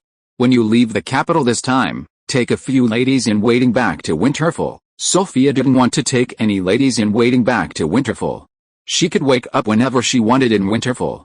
How wonderful it was to be able to stay awake whenever she wanted. She didn't want to go back to the days when she had to wake up and wash on time every day. Her daily routines were strictly controlled, and even her meals had to be rationed. After focusing on Sophia for a while, everyone opened up and the conversation became much more relaxed. The eldest Prince Granville's expression was no longer so serious and aloof. He chatted with David about the situation in the north and expressed some curiosity about David's Winter City. "If your highness is interested, you can go to Winter City yourself," Thank you, Lord Glamorgan, for the invitation. I will. Even Felix, who had been silent at the side, expressed his desire to visit Winter City. If it was as interesting as Sophia described, he might even want to stay a while longer. As if anticipating what his eldest brother was about to say, Felix interrupted him. I don't have any responsibilities to fulfill, so it doesn't matter if I stay out for a while. Just think of it as me getting to know the situation at the kingdom's border. Granville sighed helplessly. He was too lazy to lecture his younger brother. Whatever you say. As a mother, Rosie was already accustomed to this kind of situation. She didn't even bother to look at the brothers and continued chatting with David and her younger brother Sutton. As they chatted, she suddenly asked her younger brother Sutton, I wonder how Lana is doing in the south? Sutton, when you go to Bayan City this time, remember to check on her for me. End of this chapter. Thank you very much for reaching the end. Don't forget to like. Looking for more exclusive content and immediate access? Subscribe to our Patreon. Remember, every like, subscription, or donation encourages us to continue. Thanks to everyone. See you in the next video.